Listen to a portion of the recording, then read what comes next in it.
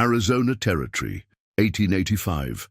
The unforgiving sun beat down on Clara Bennett's back as she hauled another cart of silver ore from the mountain's depths. Sweat and dust had become her constant companions since taking this job to pay her father's debts. Each night, she collapsed into her tent, body aching, hands raw. Yet each morning she'd find fresh water and food by her doorway, gifts from an unseen benefactor. Stories circulated among the workers about the Apache who secretly owned these mines, who ensured fair wages when other operations exploited their workers. Clara dismissed them as tall tales until the night she caught a shadow moving near her tent, a tall figure with proud shoulders who vanished into the darkness before she could speak. Could this mysterious Apache truly be more than legend, and why would he take such interest in her welfare? Before we jump back in, tell us where you're tuning in from, and if this story touches you, make sure you're subscribed because tomorrow I've saved something extra special for you. 6 months earlier, Clara Bennett had been arranging flowers in the parlor of her family's Boston townhouse, discussing the upcoming spring gala with her mother. The Bennett name had always opened doors in polite society, their shipping business, providing a comfortable life of teas, dances, and suitable marriage prospects. At 22, Clara had been educated in the finest schools, trained in all the accomplishments expected of a young lady of means. She could play the piano passably, speak adequate French, and embroider with skill that drew compliments from even the most critical matrons. When her father's heart gave out unexpectedly one cold February morning, the black crepe of mourning seemed the worst of their troubles. Clara held her mother's hand through the funeral, both of them stoic in their grief, as Boston society paid their respects to Howard Bennett, a businessman known for his generosity and fair dealings. Then came the man from the bank, hat in hand, uncomfortable in their parlor, with its delicate china and family portraits. His revelation shattered the foundation of their lives like an earthquake. Howard Bennett had been gambling heavily in his final years. The family shipping business had been mortgaged to cover losses, and substantial debts remained. "I'm afraid the creditors are quite insistent, Mrs. Bennett," the banker had explained, avoiding their eyes. "The house will need to be sold." Clara's mother had taken to her bed after that, the combination of grief and shock too much to bear. It fell to Clara to sort through her father's study, discovering the leather-bound ledger hidden in his desk drawer, page after page of notations, debts, IOUs, a secret life of desperation her father had kept from them. The discovery felt like a second death, this time of the man she thought she had known. Among her father's papers, Clara found correspondence about silver mining investments in the Arizona Territory. The banker had been dismissive. "Worthless claims, I'm afraid. Your father was convinced there was a fortune to be had there, but the operation is remote, barely established." But a subsequent letter, one the banker hadn't seen, mentioned that the mine was operational and seeking workers. The pay was substantial, enough that a year or two of labor might save what remained of their dignity and provide for her mother. The decision had been made before Clara even realized it.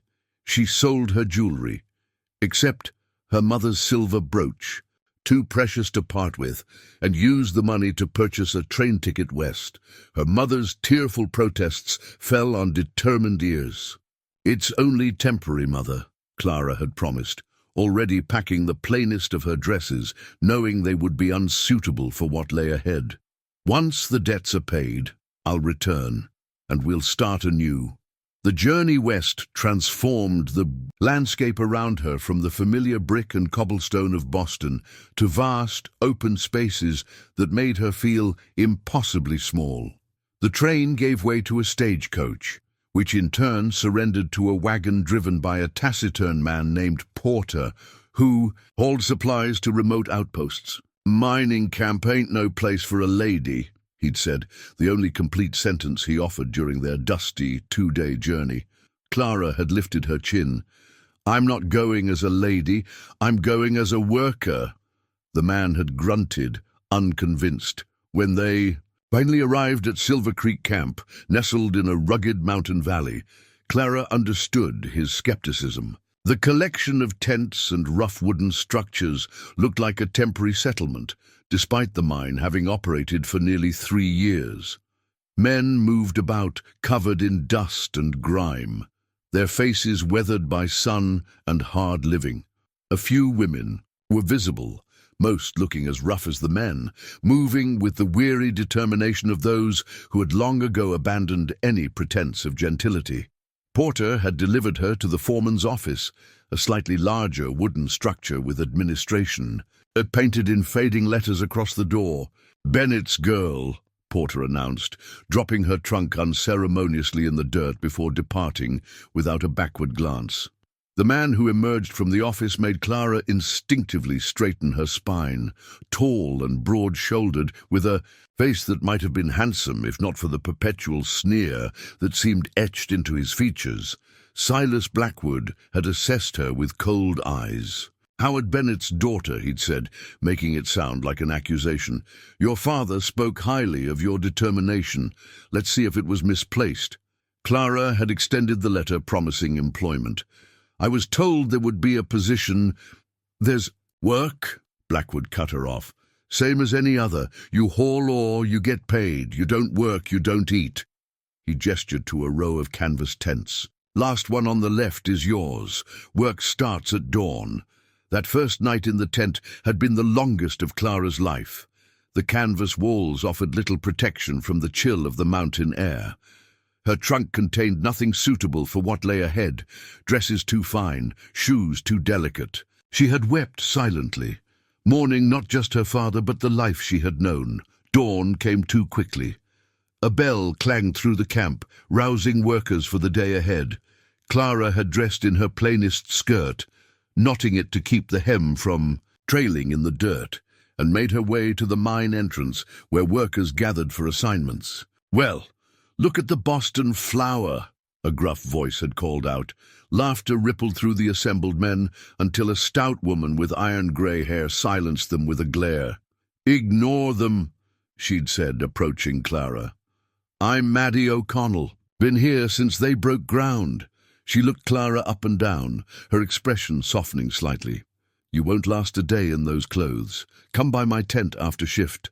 I've got extras." Before Clara could thank her, Blackwood appeared, dividing workers into groups. When he reached Clara, his smile had been coldly satisfied. "Bennett, hauling detail.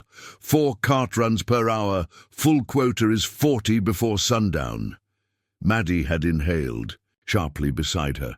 "Silas, that's not fair. She's just arrived." "Equal work for equal pay," he'd replied, turning away.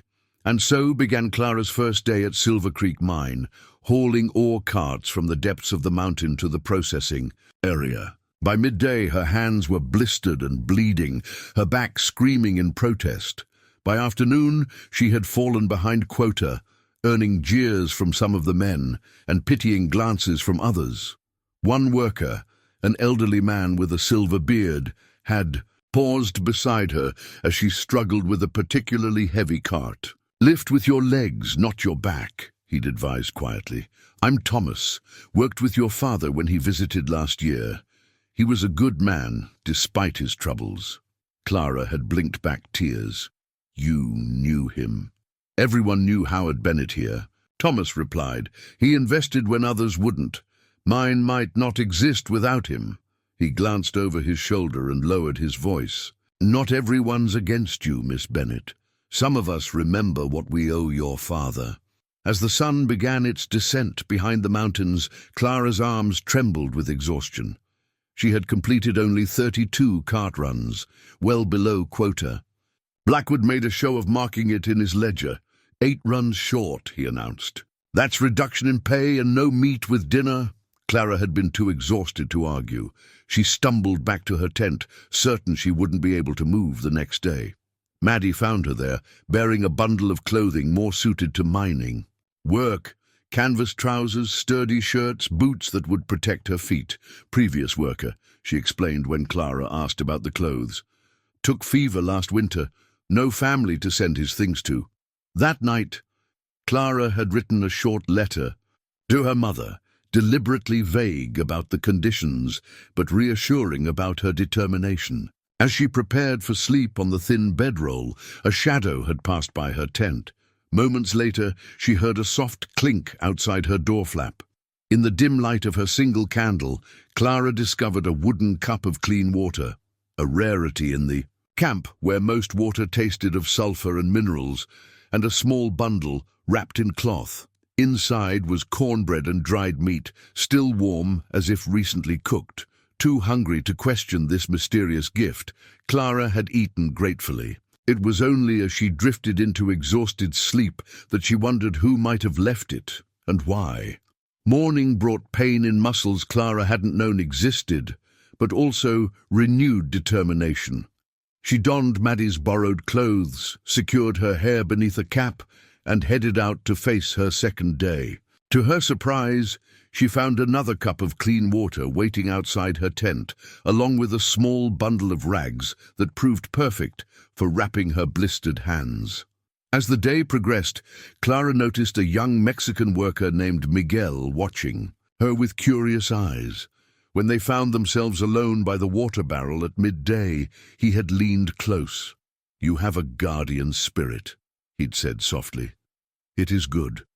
Not everyone is so blessed in this place." Before she could question him further, Blackwood appeared, ordering Miguel back to the mine entrance.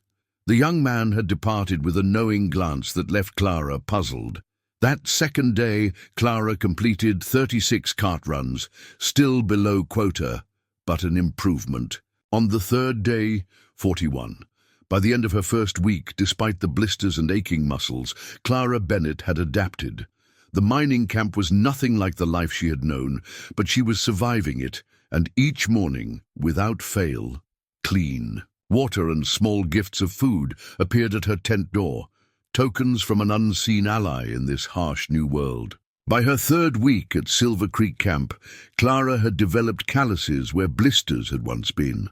Her hands, once soft and pale, now bore the marks of honest labor, roughened skin, dirt that never quite washed away, and a strength she hadn't known she possessed. The daily rhythm of the camp had become familiar.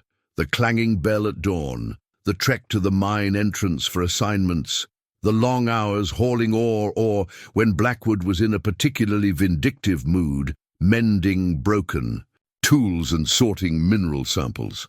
Nights brought a different atmosphere to the camp. Workers gathered around fires, sharing stories, and the occasional bottle of whiskey that made its way up the mountain. Clara kept mostly to herself, using the evening hours to wash her single change of clothes in the stream that ran behind the tents, and to write letters to her mother. She wrote of the mountain views and the interesting characters she encountered, carefully omitting the backbreaking labor and Blackwood's persistent antagonism. At the end of each letter, she removed her mother's silver brooch from its hiding place in her trunk. The delicate piece, featuring a bird in flight surrounded by tiny flowers, was the last connection to her previous life. Several times, hunger or need had tempted her to sell it, but Clara couldn't bear to part with this final piece of her mother's legacy. "That's mighty pretty," Maddie commented one evening, finding Clara polishing the brooch with a scrap of cloth. "Surprised you haven't traded it. Would fetch enough to buy your way out of a month's labor." Clara had tucked it quickly away. "It was my mother's. I promised to bring it back to her." Maddie's weathered face had softened. "Promises matter out here more than back east. Out here, a person's word is sometimes all they've got." She settled beside Clara on a fallen log. "You're doing better than most expected, Boston. Blackwood's had 3 wagers against you lasting the month, and you've cost him money each time." The revelation that the foreman was betting against her success only strengthened Clara's resolve. "I'll cost him more before I'm finished," she'd replied, earning a rare laugh from Maddie. Life in the camp followed strict hierarchies. The foreman, Blackwood, and his 2 deputies, Harlan and Cox, occupied the only proper cabins. The skilled miners, primarily white men who had worked claims throughout the West, lived in the better tents with wooden platforms. The general laborers, A mix of immigrants, Mexicans, and a few women like Clara and Maddie occupied the canvas tents at the camp's edge. A separate section housed the Native American workers, mostly Pima, and a few Apache men who kept to themselves. What struck Clara as unusual, according to Maddie's explanations, was the relative equality in pay regardless of race. Most operations pay Indians and Mexicans half rate, Maddie had explained. Here, work determines pay, not where you were born. It's one of the few decent things about this place. This equality didn't prevent tensions. Clara observed how the various groups self-segregated during mealtimes and rest periods. The white miners rarely spoke to the native workers, while the Mexican laborers formed their own tight-knit community. Yet there was a strange harmony to it all, a sense that despite their differences, they were united in the common purpose of extracting silver from the unyielding mountain. Clara's curiosity about her mysterious benefactor grew with each passing day.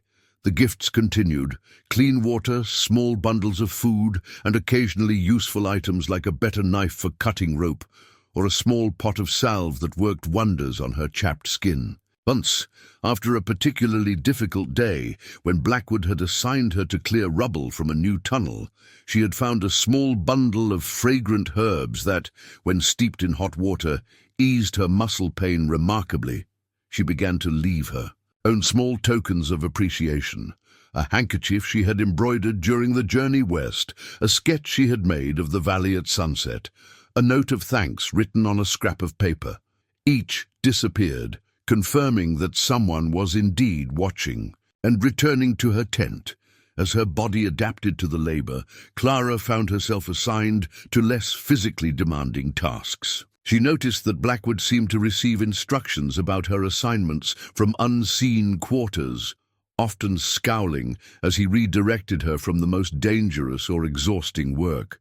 When she mentioned this observation to Thomas, the old miner had glanced around before responding. "Camp doesn't run the way it seems," he'd said cryptically. "Blackwood's just the face of things. Real decisions come from elsewhere." "The owners in San Francisco?" Clara had asked, recalling her father's correspondence. Thomas had merely shrugged, his eyes drifting toward the section of the camp where the native workers lived. "Some say there's only one true owner of Silver Creek, and he's closer than San Francisco." These cryptic conversations added to the growing mystery. Clara began paying closer attention to the camp's operations, noting inconsistencies in the chain of command.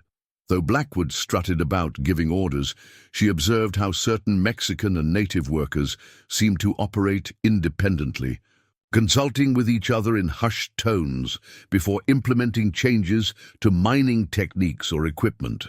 One afternoon, while sorting mineral samples, Clara met Dr. William Hayes, the camp physician. Unlike most of the other white men in camp, Hayes treated everyone with equal respect, moving easily between different groups and speaking passable Spanish, and what Clara later learned was Apache. Hayes had approached her workstation, observing her technique for separating silver-rich ore from waste rock. "You've developed a good eye, Miss Bennett," he'd commented. "Most newcomers take months to distinguish the subtle differences." Clara had smiled, pleased by the rare compliment. "My father collected mineral samples. He would bring them home from his travels and explain their properties." "Howard Bennett," Hayes had nodded. "I treated him when he visited last year. Lung trouble, if I recall." Clara had put down the sample she was examining. "You knew my father? Was he well when you saw him?" Hayes had chosen his words carefully. He was passionate about this mine, said it represented something important, a new way of doing things out here. He'd glanced toward Blackwood's office. Not everyone shares that vision. Their conversation was interrupted by a commotion at the mine entrance. A cave-in had trapped two workers in a side tunnel. Hayes rushed to assist, while Clara joined others, carrying water and bandages to the site. The rescue took hours, with men digging frantically through rubble. What had struck Clara was how quickly the native and Mexican workers had organized themselves, implementing an efficient system for removing debris and shoring up the weakened tunnel. They worked with a coordinated precision that suggested practice and leadership, though no obvious leader gave commands. When the trapped men, both white miners, were finally pulled free, Clara noticed something odd. A tall Apache man had briefly emerged from the shadows of the tunnel, surveying the rescue with intense dark eyes, before melting away again when Blackwood approached. No one seemed to acknowledge his presence, yet Clara had the distinct impression that he had been directing the entire operation from within the shadows. That evening, as workers celebrated the successful rescue with an extra ration of whiskey, Clara overheard fragments of conversation among the native workers. Though she couldn't understand their language, one word was repeated: Nashdi. When she asked Miguel about it the next day, he had grown noticeably tense. "It is just a story," he'd said dismissively. "The white bosses do not like such talk. But what does it mean?" Clara had pressed. Miguel had glanced around before responding in a whisper. "He who guides. Some say he owns this mountain and allows us to work it only because he wishes to help both his people and ours." He had quickly returned to his work, refusing to elaborate further. That night, Clara found herself unable to sleep, mulling over the strange occurrences and contradictions of Silver Creek Camp. The mysterious gifts, the whispered name, the shadow figure in the mine, all suggested a hidden reality beneath the surface of daily operations. As she finally drifted toward sleep, a sound outside her tent brought her fully awake. Moving silently, Clara peered through a small gap in the canvas. In the moonlight, she glimpsed a tall figure, placing something by her tent flap before disappearing into the shadows with remarkable stealth. Heart pounding, Clara waited several minutes before investigating. Outside, she found not just the usual water and food, but a small carving made of dark wood, an eagle in flight, remarkably similar to the bird on her mother's silver brooch. The craftsmanship was exquisite, revealing an artistic skill at odds with the rough mining camp. Clara held the carving to the moonlight, turning it in her fingers. How had someone known about her brooch? She had been careful to keep it hidden, examining it only when alone. The realization that she was being watched more closely than she had imagined sent a shiver down her spine, not entirely from fear. Returning to her bedroll, Clara placed the wooden eagle beside her mother's brooch. The two birds, one silver, one wood, seemed to belong together, bridging the world she had known and the one she was discovering. As sleep finally claimed her, Clara found herself eager for dawn and the chance to learn more about the unseen forces shaping life at Silver Creek Mine. As her first month at Silver Creek passed, Clara's assignments began to vary, giving her insight into different aspects of the mining operation. One morning, Blackwood reluctantly assigned her to assist Thomas with mapping new tunnel expansions, a task that required both precision and knowledge of the mine's layout. "Don't see why I should waste Thomas's time with you," Blackwood had grumbled, "but orders are orders." Clara had caught the implication, orders from whom, but knew better than to question him directly. Thomas proved to be a patient teacher, explaining how to read the existing maps and record new findings. The old miner had spent decades in mines across the West, developing an intuitive understanding of where valuable deposits might be found. "Rock speaks to those who know how to listen," he explained, as they made their way through a narrow passage, the lamplight casting elongated shadows on the rough-hewn walls. "Silver has its own voice, different from gold or copper." The mapping took them deep into the mountain's heart, beyond the busy main shafts where most workers labored. In these quieter tunnels, Thomas showed Clara evidence of older workings, not from previous white settlers, but from indigenous miners. Apache worked. "This mountain long before any of us arrived," he explained, indicating strange markings carved into support beams. "These symbols tell stories, mark paths, warn of dangers, Clara traced one of the carvings with her fingertip, a series of curved lines that suggested flowing water. "Can you read them?" Thomas shook his head. "Not rightly, but I've learned to respect them. New tunnel floods last spring would have lost 6 men if Miguel hadn't noticed an old water symbol and sounded the alarm." As they worked, Clara discovered an aged map tucked into Thomas's leather satchel. Unlike the crisp, technical drawings used by the mining company, this was hand-drawn on tanned animal hide, faded with age. Curious markings dotted the parchment, corresponding roughly to the mine's current layout, but indicating passages and chambers that didn't appear on the official maps. "Thomas, what is this?" she asked, carefully unfolding the delicate document. The old miner hesitated before answering. "Found it when we first broke ground. Shows workings from long ago. Some collapsed, some still waiting to be rediscovered." He pointed to markings that matched the carvings they'd observed. "Same language, see? Tells where water flows beneath the mountain, where the richest veins hide. Does Blackwood know about this?" Thomas's expression darkened. "Blackwood would blast through sacred ground if he thought there was profit in it. Man has no respect for what came before." He carefully returned the map to his satchel. Some things are better kept from men like him. As they continued their survey, Clara noticed more of the mysterious symbols carved into the rock faces and support beams. Some appeared ancient, others surprisingly fresh. She began to suspect that the current mine's remarkable productivity owed more to these indigenous markers than to any modern engineering. Their mapping took the entire day, bringing them back to the camp as dusk fell. Clara had filled several pages of notes, drawing connections between Thomas's secret map and the official company charts. The discrepancies were revealing. Areas marked as exhausted on company maps showed rich potential on the older document.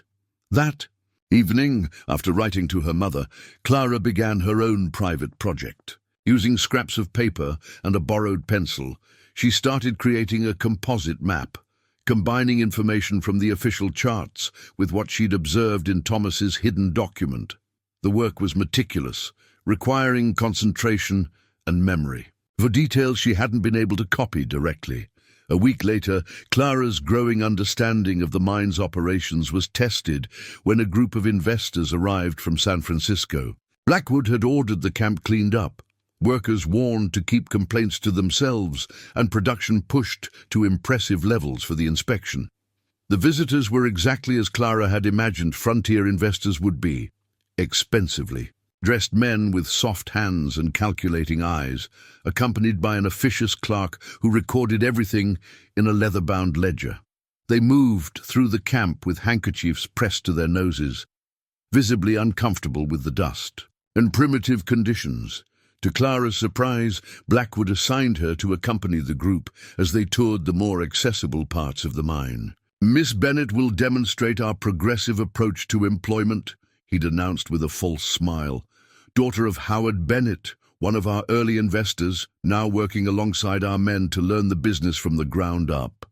The fiction was so far from her reality that Clara nearly laughed aloud. Yet she played along, answering questions politely and demonstrating her knowledge of the operation. One investor, a Mr. Reynolds with silver hair and an Eastern accent, had taken particular interest in her situation. "Most unusual to find a young woman of your background in such circumstances," he'd commented as they watched workers haul ore from a tunnel entrance. "Your father would be proud of your adaptability." Clara had measured her response carefully. "My father believed in this mine. I'm simply ensuring his investment is properly managed." Reynolds had raised an eyebrow at that. "Managed, you say? And how would you assess the current management?" Before she could answer, Blackwood had inserted himself between them, steering the conversation toward production figures and expansion plans. The interruption seemed deliberate, as if Clara's assessment was something he feared. The investors spent hours reviewing ledgers and production reports, emerged covered in dust from their underground tour, and finally gathered in Blackwood's office for private discussions. Workers went about their duties, though Clara noticed an undercurrent of tension. Something important hung in the balance of this visit. That evening, as Clara returned to her tent, Miguel approached her with uncharacteristic directness. "The men from San Francisco," he said quietly. "They wish to change how the mine operates. If they succeed, many workers will suffer." "Change how?" Clara asked, surprised by his concern. "Lower wages, longer hours, no pay for injured workers." Miguel glanced toward the Native American section of the camp. "And no more jobs for Apache or Pima men. The big companies in the territory are pressuring mines to hire only white men." "But—" "That's," Clara began, "the way of the world," Miguel finished for her. "Except here. Silver Creek has been different. Some of us hope it stays that way." As if to punctuate his concern, the sound of raised voices emerged from Blackwood's cabin. Through the single window, Clara could see Reynolds gesturing emphatically, while another investor pounded the table. Blackwood appeared to be defending something, his back literally against the wall as the men confronted him. "They do not understand what makes this place work," Miguel murmured, watching the scene. "They see only numbers on paper, not the knowledge that guides the picks and shovels." Clara thought of Thomas's hidden map, the ancient symbols, the whispers of Nashdi. "The knowledge isn't in their ledgers, is it?" Miguel met her eyes with new respect. "You learn quickly, Miss Bennett." The investors departed the next morning, leaving a wake of uncertainty. Blackwood emerged from his cabin, looking like a man who had fought a battle and wasn't sure if he'd won or lost. He barked orders with more venom than usual, assigning Clara to the dirtiest job available, clearing waste rock from the processing area. As she worked, Clara overheard two of the regular miners discussing the visit. "Reynolds wants to bring in steam equipment, double production," one said. "Won't work," his companion replied. "Not without—" He stopped abruptly, noticing Clara within earshot. "Without what?" she asked, setting down her shovel. The miners exchanged glances. "Without proper engineering," the first man answered after a pause. "Mountains tricky. Push too hard and tunnels collapse." Clara suspected there was more they weren't saying, but before she could press further, a commotion drew their attention. One of the ore carts had broken free on the incline, gathering speed as it rolled toward the processing area where several workers sorted material. Without hesitation, Clara shouted a warning. The workers scattered, barely avoiding the runaway cart as it crashed into a support post, sending a shower of rock and dust into the air. No one was injured, but it had been a near miss. As the dust settled, Clara noticed a tall Apache man directing a cleanup crew with quiet authority. Workers responded to his hand signals and brief commands without question, efficiently clearing the debris and stabilizing the damaged support. What struck her most was how Blackwood, arriving moments later, deferred to the Apache man's assessment of the damage before reasserting his authority once the immediate crisis had passed. The incident crystallized something Clara had been sensing, an invisible authority structure that operated beneath the official hierarchy. Though Blackwood held the title of foreman, real operational knowledge and worker loyalty seemed to flow toward others, particularly among the native and Mexican workers. That evening, Dr. Hayes stopped by her tent as she treated a cut she'd received during the cleanup. "Heard you gave the warning that prevented injuries today," he said, examining her wounded hand. "Quick thinking." Clara winced as he applied a stinging antiseptic. "I was just closest to the track. Nevertheless, you're making quite an impression." Hayes wrapped a clean bandage around her palm, especially for someone who's only been here 2 months. "Dr. Hayes," Clara said, deciding to risk a direct question, "who really runs this mine?" "Blackwood acts the part of foreman, but today I saw him defer to an Apache worker during the crisis." The doctor's hands paused momentarily before continuing. "Their work. Mining is a complex business, Miss Bennett. Success requires many forms of expertise." He secured the bandage with a small knot. "Some contribute capital, others technical knowledge, others Local wisdom, local wisdom, Clara repeated. Like the symbols carved throughout the tunnels or the old hide map Thomas uses? Hayes studied her with new intensity. You're very observant. My father didn't raise a fool, Clara replied. There's more happening here than appears on the surface. After a thoughtful pause, Hayes reached into his jacket and removed a folded document. Since you've mentioned maps, you might find this interesting. It's one of the original surveys of the area, conducted before major operations began.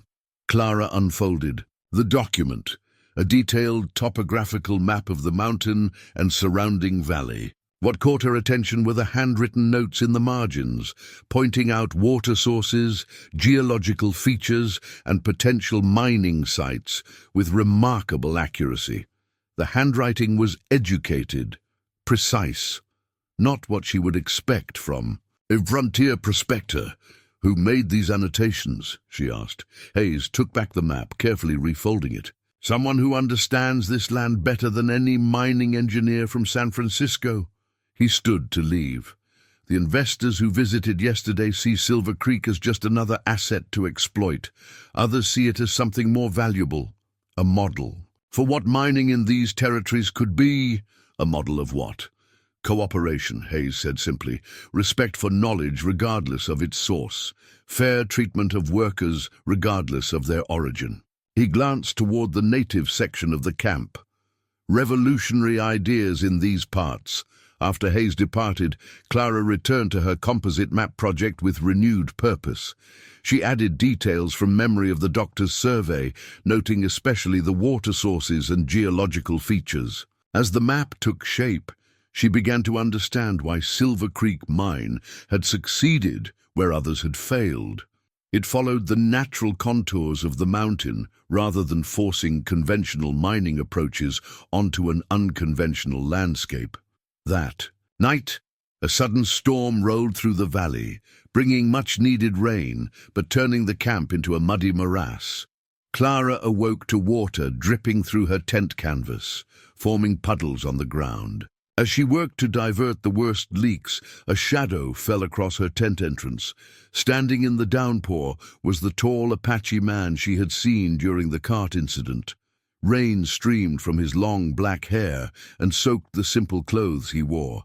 Not traditional native garb, but practical work clothes similar to those of other miners. His eyes, direct and assessing, met hers without hesitation. For a moment, neither spoke. Then he extended his hand, offering a tightly woven grass mat. "For your floor," he said in perfect, unaccented English. "The canvas won't keep out the water, but this will keep you above it." Stunned by this direct encounter with the man she suspected was her mysterious benefactor, Clara accepted the mat. "Thank you. You're Nashti, aren't you?" The briefest smile touched his lips before disappearing. Without confirming or denying, he turned to go. "Wait," Clara called after him. "Why have you been helping me?" He paused, rain continuing to soak him. "Your father understood what we're trying to build here," he answered simply.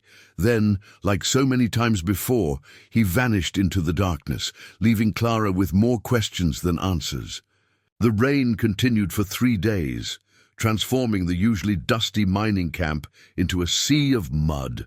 Work slowed, but didn't stop. Silver extraction waited for no weather.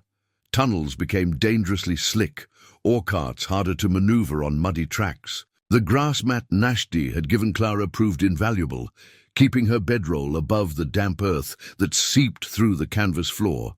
Clara found herself watching for him constantly now that she had seen him face to face. She spotted him occasionally, conferring with Miguel near the processing area, inspecting support beams in the main tunnel, or speaking with Dr. Hayes in hushed tones. Though he never approached her directly again, she sometimes felt his eyes following her movements across the camp. When the rain finally ceased, leaving behind swollen streams and muddy pathways, a new problem emerged. The camp's main water barrel, filled from the nearby spring, had been contaminated by runoff. Most workers had known better than to drink from it, relying instead on boiled stream water or personal supplies. Clara, however, had been distracted by a letter from her mother, the first since leaving Boston, describing the loss of their home and her relocation to a cousin's spare room in Connecticut. Troubled by this news and the guilt of having left her mother to face such humiliation alone, Clara had absent-mindedly drunk from the contaminated barrel after a long shift. By nightfall, her stomach cramped violently. Fever followed swiftly, along with a chill that no blanket seemed to warm. Maddie discovered her condition when Clara failed to appear for the morning bell. "Sweet Jesus," the older woman had muttered, placing a rough hand on Clara's burning forehead. "You've got the water sickness. Bad case by the look of it." Through her delirium, Clara was vaguely aware of Maddie leaving to fetch Dr. Hayes. Time blurred as fever dreams took hold, visions of Boston parlors transforming into dark mine tunnels, her father's face melting into that of Nashdi, water, rising around her bed like a flood. When consciousness returned briefly, she found Dr. Hayes beside her, his expression grave as he examined her. "Severe contamination," he was saying to someone beyond her field of vision. "I've given her what medicines I have, but in this condition—" A deeper voice responded, one she recognized from the rainy night. "The fever must break by morning, or she won't survive. I have something that may help." "Your people's remedies have proven effective before," Hayes replied. "I'll tell Blackwood she's under my care and not to be disturbed." Clara tried to speak, but produced only a weak moan. Hayes turned to her with a reassuring smile. "Rest, Miss Bennett. You're in good hands now." Darkness claimed her again, bringing strange dreams. In one vivid sequence, she felt cool hands lifting her head, a bitter liquid trickling between her lips. A voice murmured words in a language she didn't understand, rhythmic, almost like a song or prayer. The same hands placed something cool on her forehead, then moved to her wrists and ankles, binding them with damp cloths that smelled of pine and something sharper, medicinal. In her delirium, Clara thought she saw her mysterious benefactor sitting beside her through the night. Sometimes he appeared as she had seen him in the rain, tall, with intelligent eyes and practical clothes. Other times he seemed transformed, wearing traditional Apache garments adorned with symbolic patterns. Eagle, feathers tied in his long hair. Once he seemed to shimmer between these two aspects, as if both were equally true. "Why help me?" she remembered asking, though whether she spoke aloud or only in her fever dreams, she couldn't tell. "Water seeks its own level," came the enigmatic reply. "Your father understood this. Perhaps you will too." The night passed in fragments of consciousness and swirling dreams. Clara felt herself floating in a cool river, then being wrapped in warmed blankets, then drinking more of the bitter medicine. Throughout it all, the presence beside her remained constant, sometimes silent, sometimes speaking or singing softly in his native tongue. Dawn brought clarity. Clara opened her eyes to find her fever broken, her mind clear, though her body remained weak. Sunlight filtered through the canvas tent, illuminating her sparse belongings.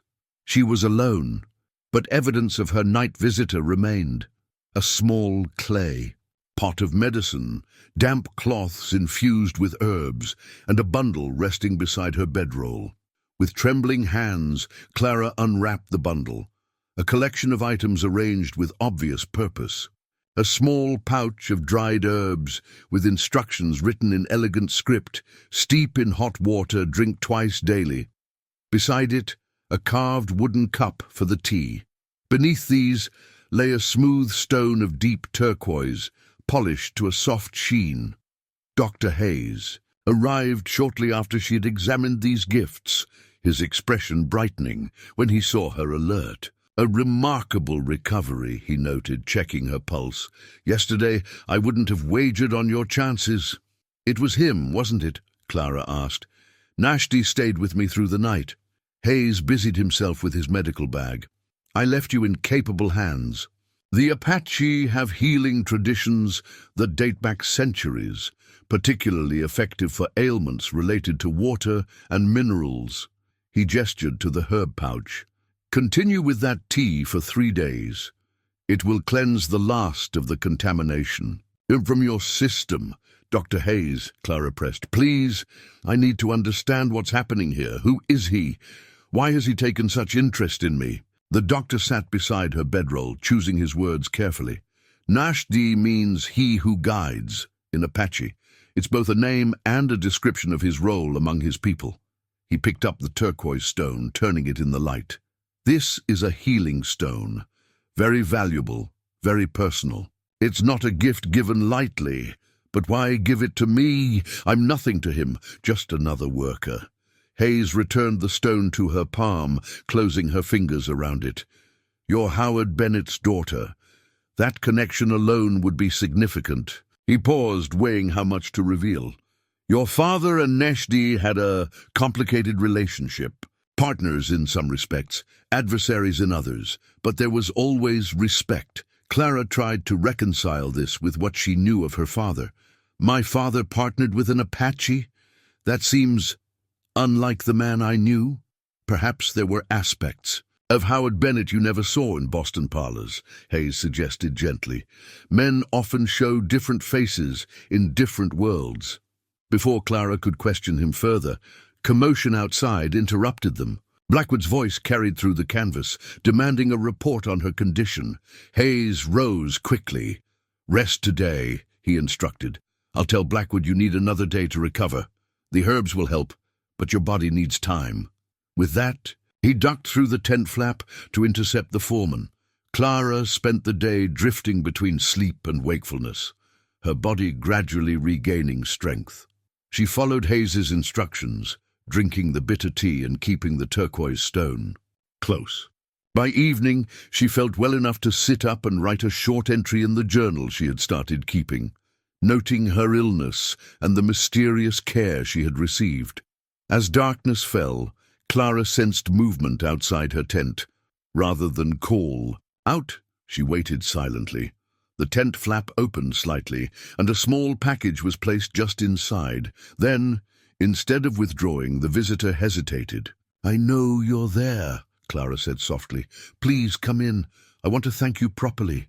After a moment's hesitation, Nashdi ducked inside.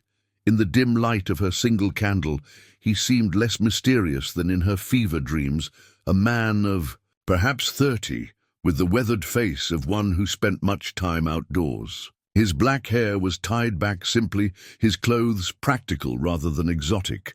Only his eyes retained the intensity she remembered, dark and perceptive as they assessed her condition. You look better, he said, his voice cultured and precise. The fever has broken completely. Thanks to you, Clara replied. Dr. Hayes said I might not have survived without your medicine. Nashdi shrugged slightly. The healing ways of my people are particularly effective for illnesses of this land. He nodded toward the herb pouch. Continue with the tea. It will restore your strength. Clara touched the turquoise stone that now hung from a leather cord around her neck. And this, Dr. Hayes said it was valuable, a personal gift. Something flickered in Nashdi's expression. Approval, perhaps. The stone carries water memory. My grandmother taught the turquoise forms, where sky water meets earth over many generations. It remembers balance. He gestured to the stone. It will help you find your balance in this place. You speak as if I belong here, Clara observed. Do you not? He countered. You've survived your first trials. Most Easterners flee after the first month. Clara thought of her mother's letter, the lost family home, the debts still unpaid. I have responsibilities. Debts my father left behind. Nashdi nodded. Howard Bennett spoke often of his daughter. He said you had his determination, but your mother's wisdom. The casual mention of her parents startled Clara. You knew my father well enough to respect his vision, if not all his methods. Nashdi moved toward the tent entrance. You should rest now. Questions can wait for strength to return. Wait, Clara called as he prepared to leave. The package, what is it? Nashdi paused. A blessing bundle. Place it near your water. It will protect against further illness. With that, he slipped out into the darkness. Clara unwrapped the small package he had delivered, a carefully constructed arrangement of herbs, feathers, and small stones bound with sinew cord. It gave off a pleasant, earthy scent that somehow reminded her of the medicine that had broken her fever. Following his instructions, she placed it beside her water jug. The next morning, Clara felt strong enough to leave her tent, though Dr. Hayes advised against returning. To work immediately, she made her way carefully to the communal fire where Maddie was stirring a pot of morning porridge. "Well, look who's rejoined the living," Maddie greeted her. "Half the camp had you buried already." "Sorry to disappoint them," Clara replied with a weak smile. "Most weren't disappointed at all," the older woman corrected, ladling porridge into a bowl. "You've made more friends than enemies here, Boston.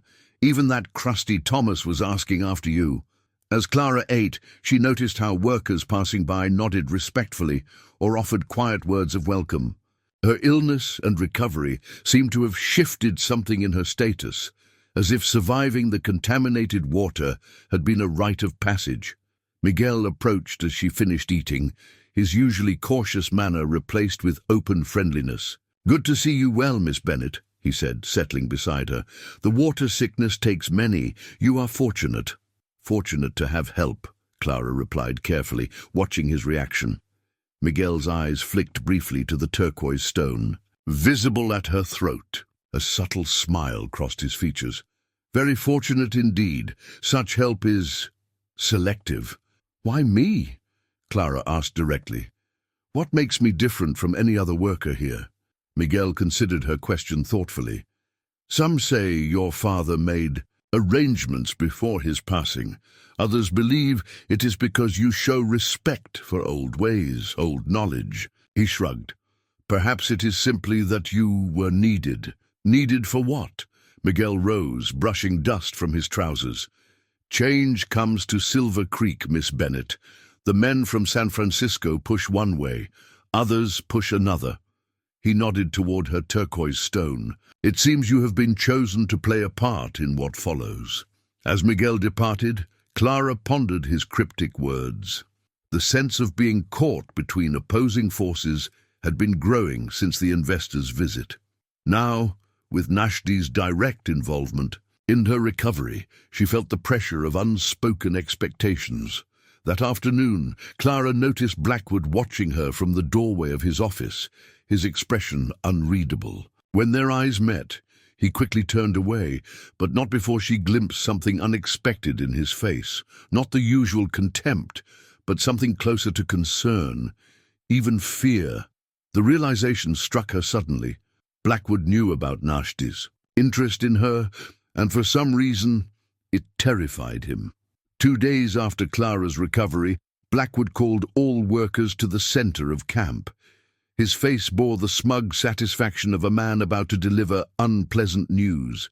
Beside him stood Harlan, and Cox, his deputies, arms crossed in a show of authority. "Change is coming," Blackwood announced, unfolding an official-looking document. "Orders from the company directors in San Francisco."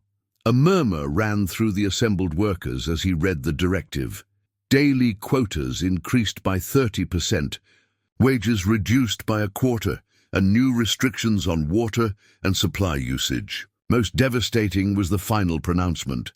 Workers who failed to meet the new quotas for 2 consecutive days would be dismissed without pay for work already completed. "Effective immediately," Blackwood concluded, visibly relishing the shock, and anger rippling through the crowd. "This is impossible," an older miner called out. "The new quotas can't be met, not even by the strongest men." "Then I suggest you start packing," Blackwood replied coldly. "The company needs productive workers, not complainers." Clara, standing near the back with Maddie, noticed how the native and Mexican workers exchanged glances but remained silent. Their faces revealed no surprise, as if they had anticipated this development. "They can't do this," Clara whispered to Maddie. "It's practically slavery." "They can do whatever they want, girl," Maddie replied grimly. "Welcome to mining in the territories." As the crowd dispersed, Clara found herself moving toward Blackwood, anger overcoming caution. "Mr. Blackwood," she called, drawing his attention, "these new policies will drive away your most experienced workers. Surely the directors can be made to understand that this threatens the mine's productivity." Blackwood's smile was cold. "Miss Bennett, your father's name won't protect you from these changes. In fact," he leaned closer, lowering his voice, "I'd be especially careful if I were you. Some believe you've been improperly influenced during your time here." His eyes flicked meaningfully to the turquoise stone at her throat. "Certain associations could be viewed as disloyal to company interests." Before Clara could respond, Thomas appeared at her side. "Miss Bennett was just heading to her assignment," the old miner said, gently guiding her away from the confrontation. "You're marking yourself, girl," Thomas muttered once they were out of earshot. "Blackwood's been looking for an excuse to get rid of you since you arrived. Don't give him one." That afternoon, Clara found a letter nailed to her tent post. Not her mother's handwriting, but an unfamiliar scrawl. "The Apache's whore will join him in the ground. Silver Creek belongs to white men. Leave now or face consequences." The crude threat sent a chill through her, not just for its content, but for what it revealed. Someone had seen Nashdi visiting her tent during her illness. Her private connection was now dangerously public knowledge. When she showed the note to Dr. Hayes, his normally calm demeanor darkened. "Keep this to yourself," he advised, pocketing the letter. "There have always been those in camp who resent the Apache presence. The new directives have emboldened them. Should I be worried?" Clara asked. Hayes's hesitation was answer enough. "I'll speak with those who should know. In the meantime, don't go anywhere alone, especially after dark." That night Clara worked, late sorting ore samples, losing track of time until she realized she was the last one at the processing station. The camp was eerily quiet as she gathered her tools, the moon providing just enough light to navigate the path back to her tent. She was halfway there when footsteps sounded behind her, heavy, deliberate. Clara quickened her pace, heart racing. The footsteps accelerated to match. As she prepared to run, a hand clamped over her mouth while another gripped her arm painfully. "Boss wants a word with you," a voice growled, "one of Blackwood's deputies." A second man appeared, blocking her path forward. Clara's cry for help was muffled by the calloused hand. She struggled, kicking backward and connecting with her captor's shin. He cursed, loosening his grip just enough for her to wrench free and run. She managed 3 desperate strides before crashing into someone emerging from between the tents, a solid figure who steadied her with strong hands. Looking up, Clara found herself staring into Nashdi's resolute face. "Go," he told her quietly, turning to face her pursuers. Clara hesitated, torn between flight and concern for his safety. "Now," Nashdi insisted, his voice brooking no argument, as she slipped away into the darkness. Clara heard one of the men snarl, "This ain't your business, Apache." Nashdi's calm reply carried clearly through the night air. "The woman is under my protection. That makes it my business." Clara didn't see Nashdi the morning after her near attack. She had spent a restless night, startling at every sound outside her tent, the confrontation replaying in her mind. By dawn, fear had tried but to understand what she had stumbled into at Silver Creek. She began a personal journal, documenting everything she had observed since arriving. The mysterious gifts, the Apache symbols in the mine, Thomas's hidden map, her conversations with Hayes and Miguel, and most importantly, her encounters with Nashdi. Writing it all down revealed patterns she hadn't fully recognized. This wasn't just a mining operation, but something more complex, with competing visions for its future. "You're asking dangerous questions," Miguel warned when Clara approached him during the midday meal. She had been direct, asking about Nashdi's true role at the mine. "I'm already in danger," she countered. "Better to understand why." Miguel glanced around before responding quietly. The old silver paths were worked by Apache long before white men came. When your father's company began operations, most wanted to drive the natives away. But Howard Bennett was different. He saw value in their knowledge. So my father partnered with Nashdi. In secret, yes. Your father provided capital and legal protection through white frontmen. Nashdi provided knowledge of where to dig and how to follow the veins safely. Miguel's voice dropped further. Together, they created something unique. A mine where all workers received fair treatment and pay, regardless of color. But my father kept gambling debts, Clara objected. If he was part owner, the arrangement was complicated, Miguel interrupted, and your father's personal weaknesses remained. Clara spent the afternoon processing this revelation about her father, a secret life of progressive partnership with a Native American entrepreneur, while maintaining the appearance of a conventional Boston businessman. Had her mother known? Had anyone in their social circle suspected? Determined to learn more, Clara explored the abandoned tunnels Thomas had shown her, searching for additional clues. In a distant passage, she discovered a small chamber that appeared to serve as a meeting place. A rough table held maps and documents weighted with stones. Charcoal sketches on the walls depicted the mountain's internal structure, far more sophisticated than the company's official surveys. Most revealing was a book hidden beneath a loose stone, a logbook recording production figures, worker assignments, and supply distributions. The handwriting matched the elegant script from Nashdi's herb. Instructions, but these were no healer's notes. They were the records of someone with intimate knowledge of every aspect of the mining operation, from engineering challenges to personnel management. As Clara examined these discoveries, a noise in the tunnel alerted her. Quickly replacing the book, she extinguished her lamp and pressed herself against the wall. Footsteps approached, accompanied by voices, Dr. Hayes and another man she didn't recognize. The situation is deteriorating, the stranger was saying. Reynolds has convinced the other investors that Blackwood needs support, enforcing the new policies. They're sending additional men, troubleshooters they call them, hired guns in reality. When? Hayes asked, his voice tense. 2 weeks, perhaps less. We need to accelerate our timeline. Nashdi won't be rushed. He believes...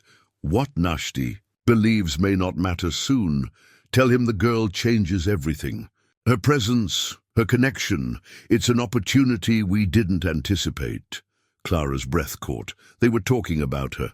She's not just a tool to be used, Hayes objected. Howard's daughter deserves what she deserves, and what circumstances. Demand may be different things, Doctor. The voices faded as the men continued down the tunnel, leaving Clara with the uncomfortable knowledge that she was somehow central to plans she didn't understand. That evening, Clara wrote in her journal by candlelight, trying to make sense of everything she had learned. Her father, Nashdi, the mine, all connected in ways she was only beginning to comprehend. She sketched what she remembered of the hidden chambers, wall drawings, noting how they depicted water flowing through the mountain's heart. A shadow fell across her tent entrance. This time, Clara wasn't startled. "You can come in," she called softly. "I've been expecting you." Nashdi entered, his expression guarded as he noticed her journal. "You've been exploring," he observed. "Not a question." "Yes," Clara admitted. "I need to understand what's happening here, what my father was involved in, why you've taken an interest in me, and what role I'm expected to play in whatever conflict is brewing."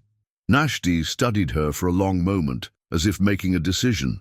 Finally, he settled cross-legged on the ground opposite her.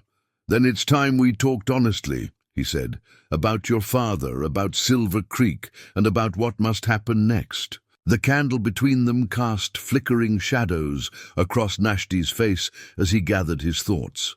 Clara waited, sensing the weight of what he was about to share. "Your father came to Arizona Territory believing it was simply another business. A venture," Nashdi began. "He had obtained mining rights through the usual channels, government offices that grant permission to take resources from land they themselves have taken." There was no bitterness in his voice, merely a statement of fact. He continued, Howard Bennett expected to find an empty mountain waiting for his engineers. Instead, he found me. "You confronted him?" Clara asked. "I educated him," Nashti corrected. "I showed him Apache maps of the silver veins that had been worked by my ancestors for generations. I demonstrated why his engineers' approaches would fail in this particular mountain. And eventually, I offered him a partnership." Clara tried to imagine her proper Boston father negotiating with this Apache man. Why would he agree? No offense intended, but white businessmen don't typically partner with natives? Nashti's slight smile held no offense.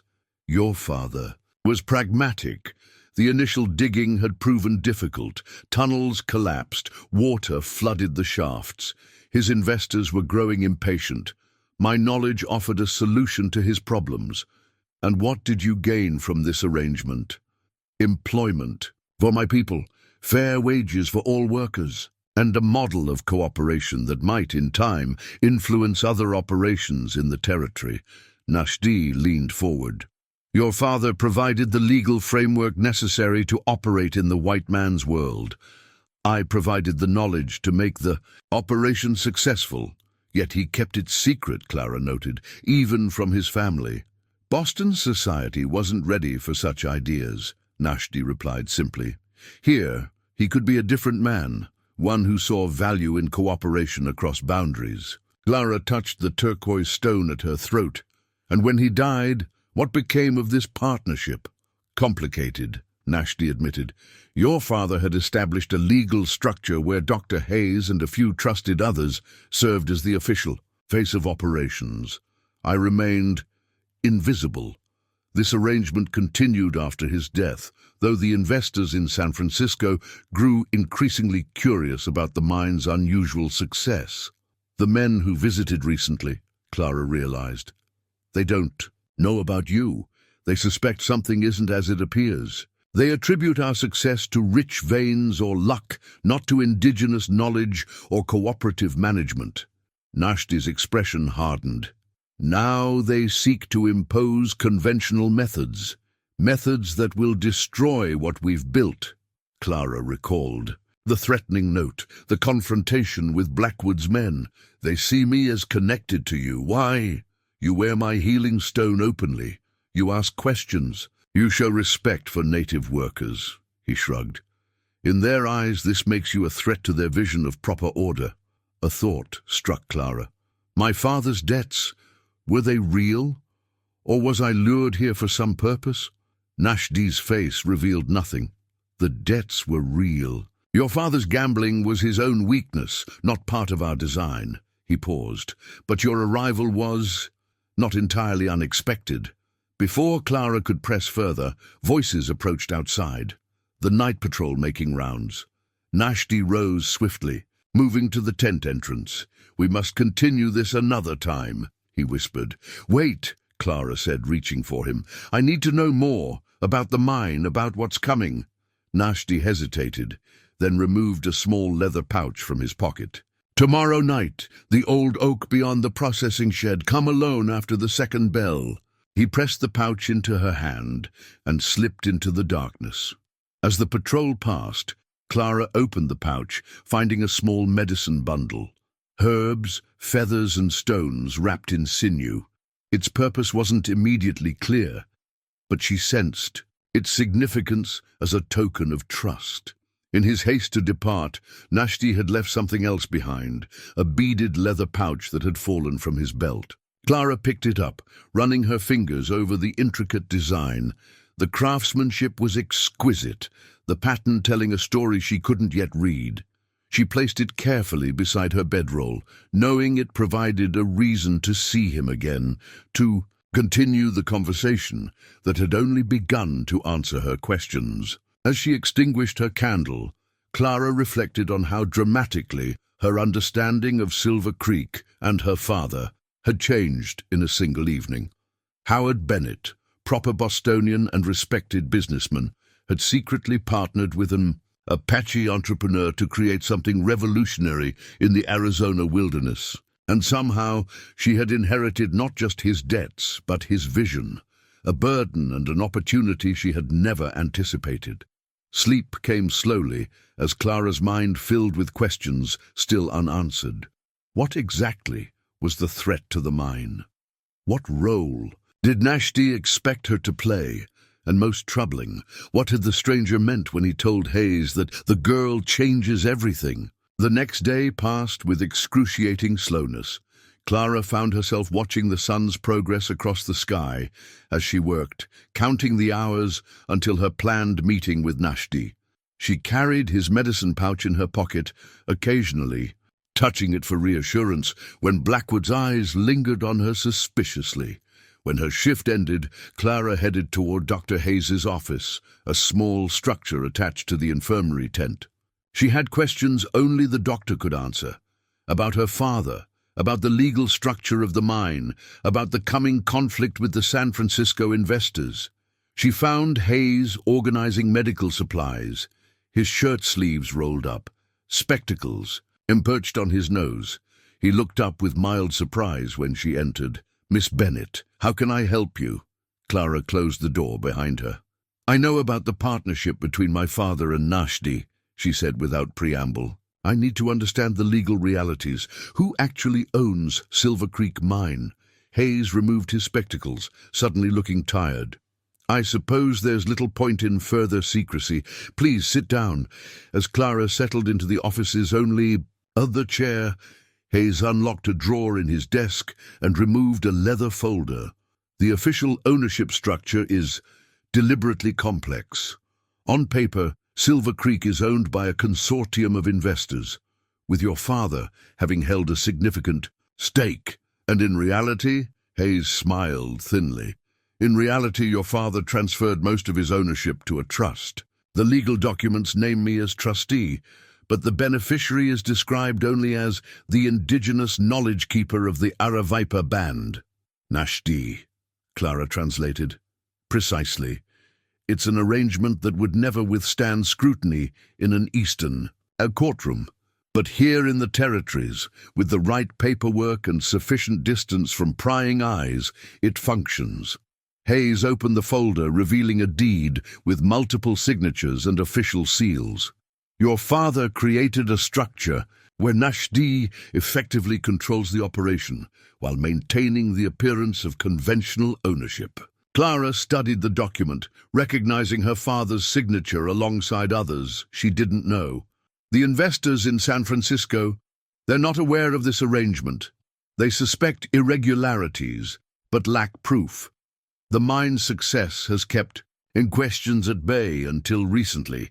Hayes's expression darkened. "Now, with new silver discoveries elsewhere in the territory drawing attention, they're demanding changes that would effectively end Nashdi's control and the equitable practices he's established." "What about my father's debts? If he was part owner—" "The gambling debts were real, I'm afraid," Hayes confirmed. "Howard kept his ownership stake in Silver Creek separate from his personal finances. Perhaps he saw it as protection for the arrangement with Nashdi, or perhaps—" Hayes hesitated. "Perhaps what?" "Perhaps he anticipated that someday his daughter might follow him to Silver Creek and wanted to ensure there would be a reason for you to come." The suggestion left Clara momentarily speechless. Had her father somehow planned for her involvement? Before she could press further, a commotion outside drew their attention. Raised voices, then the unmistakable sound of Blackwood shouting orders. Hayes moved quickly to the window. "They're searching the native workers' quarters," he said grimly. "Looking for evidence of theft. It's a pretext, an excuse to intimidate those loyal to Nashdi." Clara joined him at the window, watching as Blackwood's men roughly emptied tents, scattering personal belongings in the dirt, while their owners stood by, faces impassive but eyes burning with barely contained fury. "This can't continue," Clara said quietly. "Someone will get hurt, which is precisely what Blackwood wants, an excuse for harsher measures." Hayes turned to her, his expression grave. "Miss Bennett, I must ask, where do you stand in all this? Your father walked a careful line between worlds. Now you must choose your own path." Clara thought of the workers who had welcomed her, of Miguel's friendship, of Thomas's mentorship. She thought of Nashdi's healing gifts and his vision for cooperation. Then she thought of her mother's silver brooch, a symbol of the Boston world she had left behind. "I stand with those who believe in fair treatment and respect for knowledge, regardless of its source," she answered firmly. "If that was my father's vision, then I share it." Hayes nodded, relief evident in his face. "Then take this," he said, removing a folded paper from the deed folder, a map showing the legal boundaries of the Silver Creek claim. "And G should know that Blackwood has requested government surveyors. I suspect he hopes to find discrepancies that could invalidate portions of the claim." As Clara tucked the map into her pocket alongside Nashdi's medicine pouch, she felt a weight of responsibility settling on her shoulders. She was no longer just Howard Bennett's daughter working to pay off debts. She was becoming an active participant in the struggle for Silver Creek's future. "I'm meeting him tonight," she told Hayes. "I'll deliver your warning." "Be careful," Hayes cautioned. "Blackwood has eyes throughout the camp. Your connection to Nashdi is already causing talk." Clara touched the turquoise stone at her throat. "Let them talk. I'm not afraid anymore." Darkness had fully settled when Clara slipped away from camp, following the path toward the old oak tree beyond the processing shed. The second bell, signaling the end of the evening meal, had rung a quarter-hour earlier, and most workers had retreated to their tents or gathered around fires.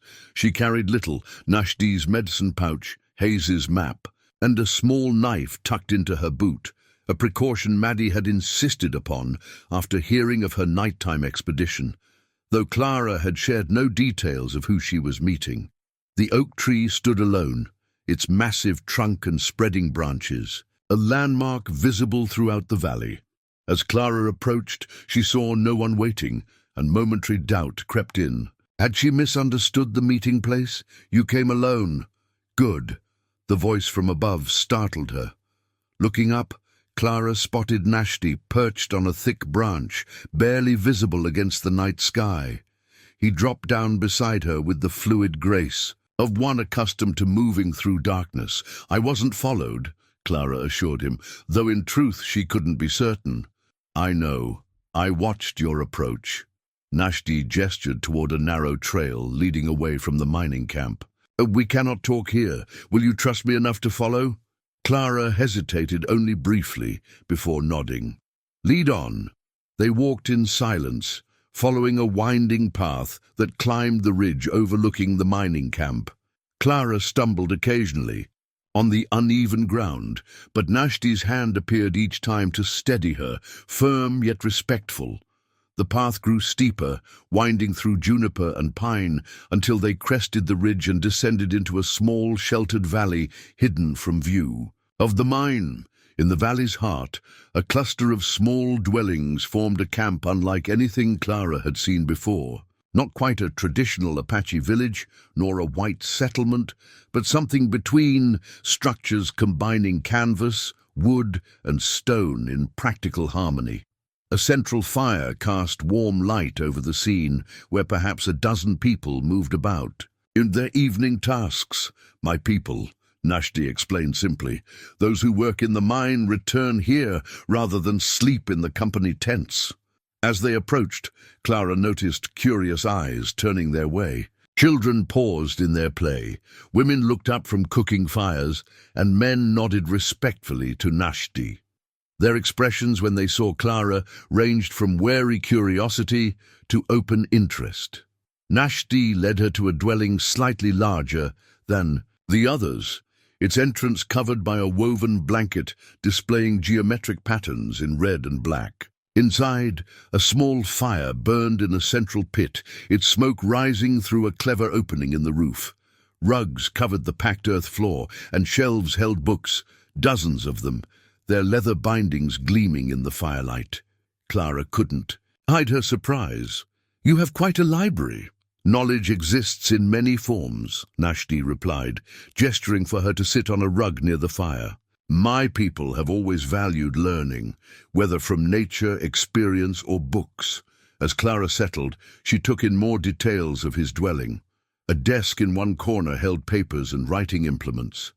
Maps covered one wall, not just of the local area, but of territories throughout the American West and even parts of Europe. Most striking was a framed document hanging prominently near the desk. Following her gaze, Nashdi smiled slightly. "My Harvard diploma, Bachelor of Arts, class of 1872. You attended Harvard?" Clara couldn't keep the astonishment from her voice. "Your father had the same reaction," Nashdi noted, amusement touching his eyes. "Yes, I studied at Harvard. Philosophy, economics, engineering. A missionary arranged it, believing education would civilize me." His expression turned wry. "I learned their ways, their laws, their systems of power. Then I returned to help my people navigate the world being forced upon us." He settled across from her, pouring tea from a pot, keeping warm at the fire's edge. "Your father was unique among white businessmen. When he discovered I was Harvard-educated, he saw an opportunity rather than a curiosity. He recognized that traditional Apache knowledge of this land, combined with formal engineering training, created something valuable." Clara accepted the offered tea, its herbal aroma both foreign and somehow familiar. "The same herbs you used to heal me?" "Similar. This is for clarity of thought, not healing of body." Nashdi sipped his own tea. "We have much to discuss and the hour grows late." Clara removed the map Hayes had given her. "Dr. Hayes wanted you to have this. Blackwood has requested government surveyors, possibly to challenge the claim boundaries." Nashdi examined the document, his expression hardening.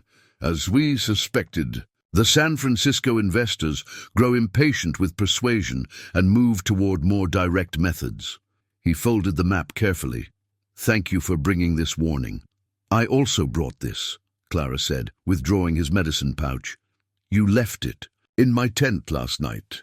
As their fingers brushed during the exchange, Clara felt a peculiar connection, as if the simple act of returning his possession carried deeper significance. The moment lingered, both of them aware of some subtle shift between them. Nashdi broke the silence. "You've chosen to involve yourself in our struggle. Why?" "Because I believe in what you and my father created here," Clara answered honestly. "A place where knowledge and work are valued regardless of their source, where cooperation replaces exploitation." She met his gaze directly. "And because I've seen enough to know which side stands for justice." Clara returned to the mining camp well after midnight, guided part of the way by one of Nashdi's trusted warriors. The camp was quiet, most workers long asleep after their exhausting shifts. As she approached her tent, Clara noticed a flicker of movement between the shadows, someone ducking quickly out of sight. "Who's there?" she called, hand moving to the knife in her boot. No answer came, but Clara felt certain she was being watched. She entered her tent cautiously, finding everything apparently undisturbed.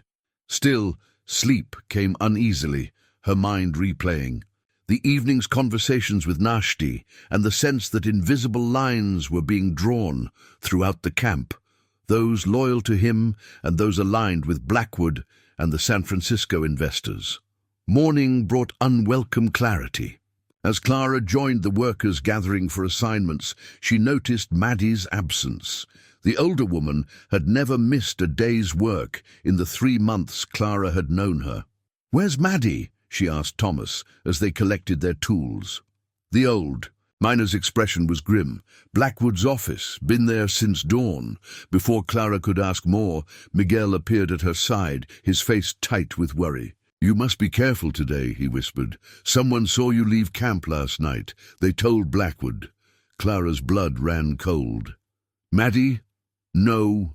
Miguel shook his head emphatically. "Never Maddie. It was Jenny from the cookhouse. She's sweet on Harlan and tells him everything." At that moment, Blackwood emerged from his office with Maddie in tow. The older woman's face was flushed with anger, her hands clenched at her sides. When she spotted Clara, her expression flashed a warning.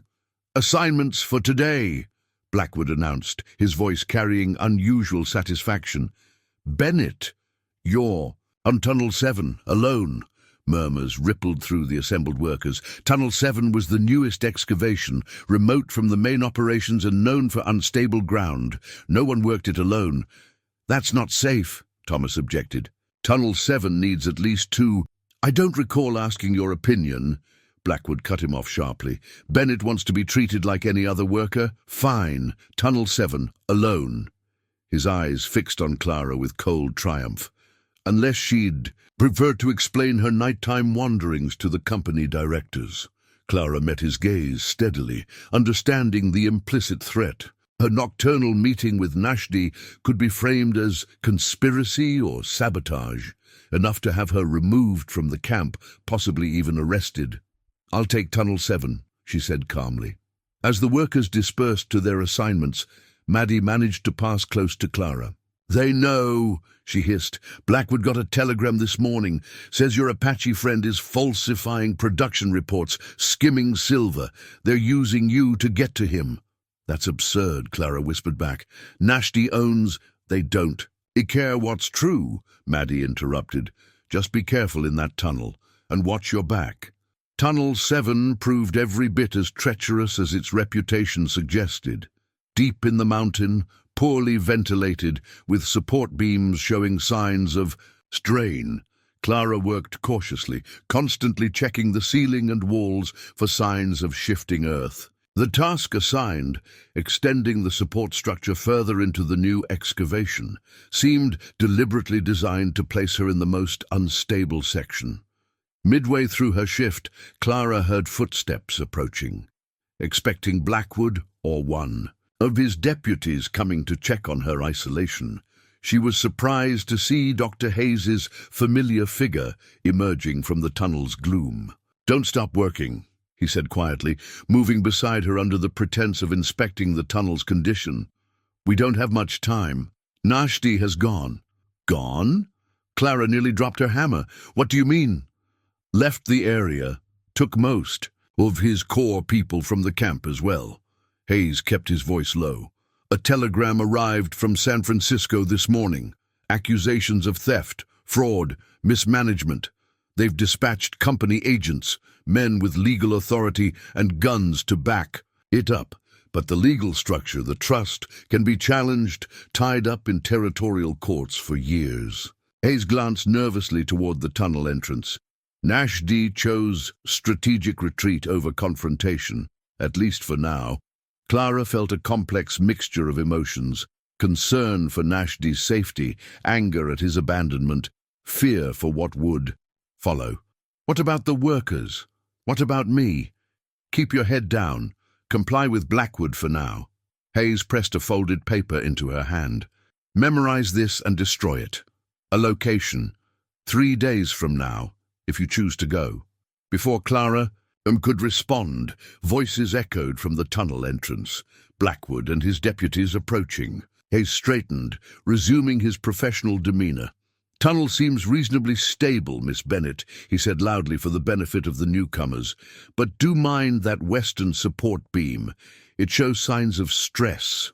As Blackwood arrived, eyeing them suspiciously, Clara tucked the paper into her pocket. Whatever location Hayes had provided, whatever choice lay before her, she had 3 days to decide whether to follow Nashdi into the unknown or remain at Silver Creek under Blackwood's increasingly hostile authority. And somewhere in San Francisco, men with power and legal documents were already en route, determined to destroy everything her father and Nashdi had built. The news of Nashdi's departure spread through the camp like wildfire. By evening, the atmosphere had transformed, fear and uncertainty replacing the usual weary camaraderie. The remaining native workers kept to themselves, their faces impassive, but their eyes watchful.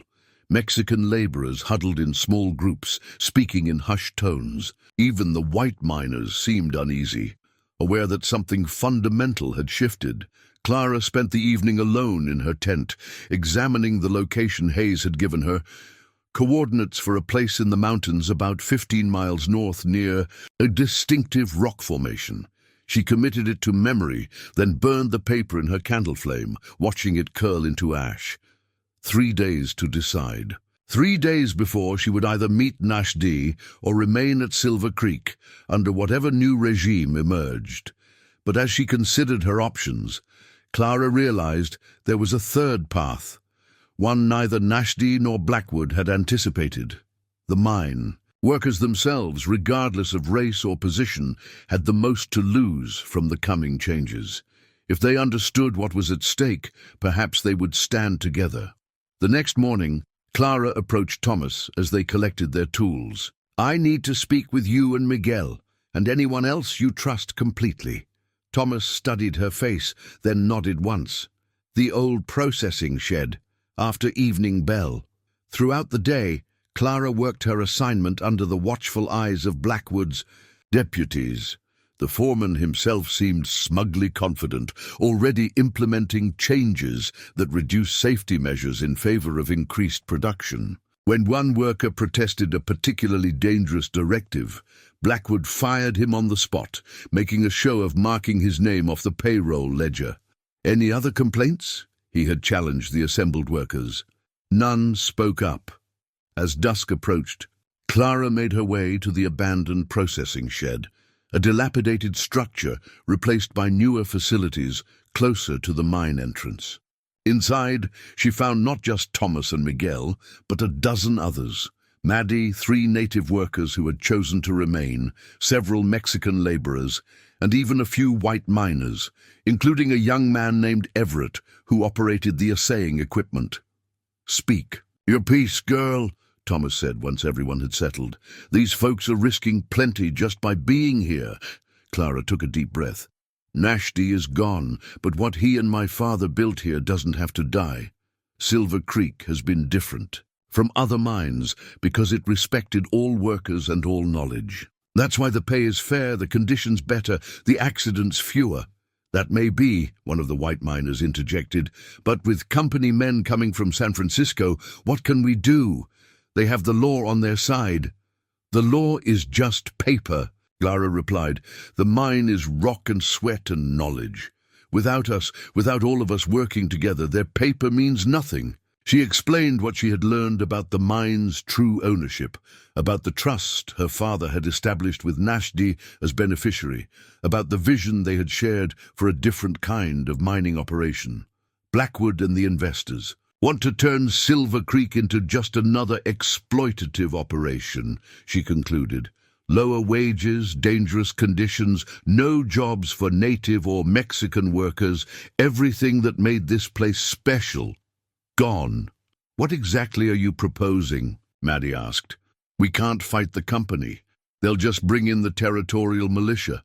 "Not fight, stand together," Clara clarified. "If all workers, regardless of color or position, refuse to accept the new conditions, they'll have to negotiate. A mine without miners is just a hole in the ground." The group fell silent, weighing her words. Finally, Miguel spoke. "Among my people there is a saying, better to stand and face the storm together than to seek shelter alone. I will stand with you, Miss Bennett." One by one, others voiced their support. Cautiously at first, then with growing conviction.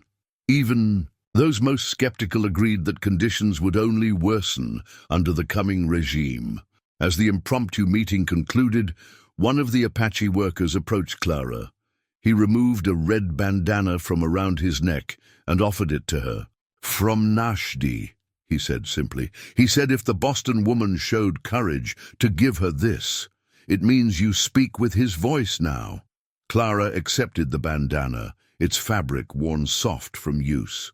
She recognized it as one Nashdi had worn when directing operations in the mine, a simple signal that workers had learned to respect. "Tell those who see him that we have not surrendered Silver Creek," she instructed the Apache worker. "We are holding it for his return."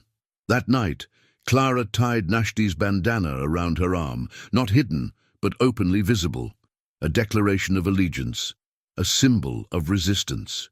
By morning, she wasn't the only one. Thomas wore a similar band, as did Miguel and several others who had attended the meeting.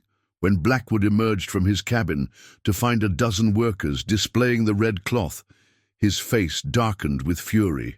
"Remove those immediately," he ordered. "That's the mark of a man, wanted for theft and fraud." Clara stepped forward, her voice carrying across the morning assembly. "It's the mark of those who believe in fair treatment and respect for all workers. Anyone who agrees is welcome to wear one." The lines were drawn. The peaceful resistance had begun. The standoff intensified over the next 2 days.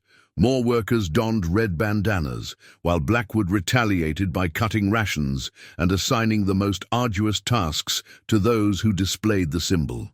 Clara found herself the target of particular hostility, relegated to the worst jobs and constantly supervised by Harlan or Cox. On the morning of the 3rd day, when Clara was due to decide whether to meet Nashdi at the designated location, a cloud of dust on the horizon announced approaching. Riders.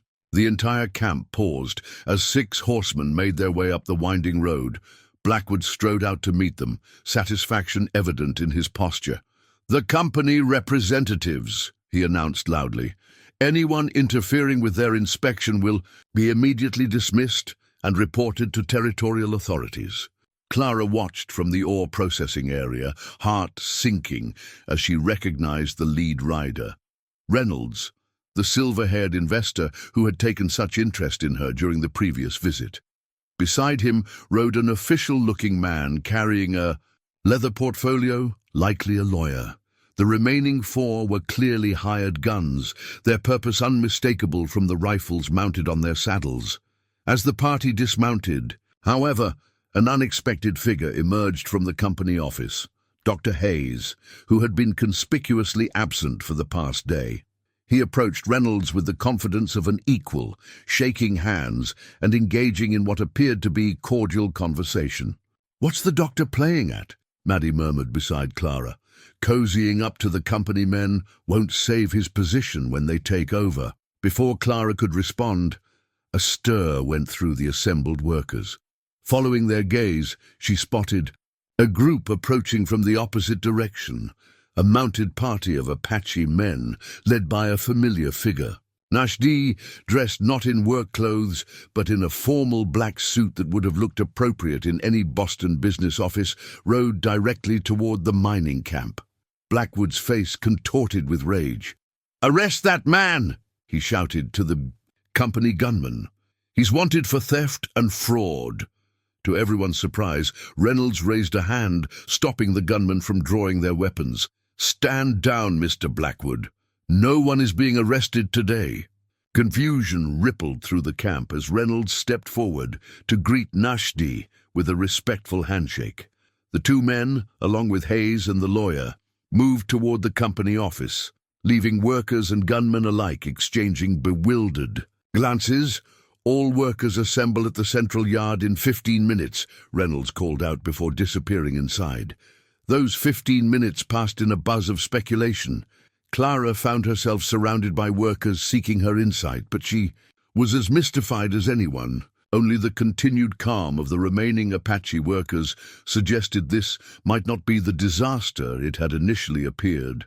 When the central yard filled with the entire camp's personnel, Reynolds emerged from the office accompanied by Nashdi, Hayes, and the lawyer.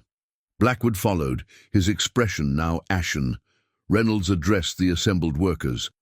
"Some clarification is needed regarding Silver Creek's ownership and management. Mr. Blackwood has been operating under certain misapprehensions that require correction."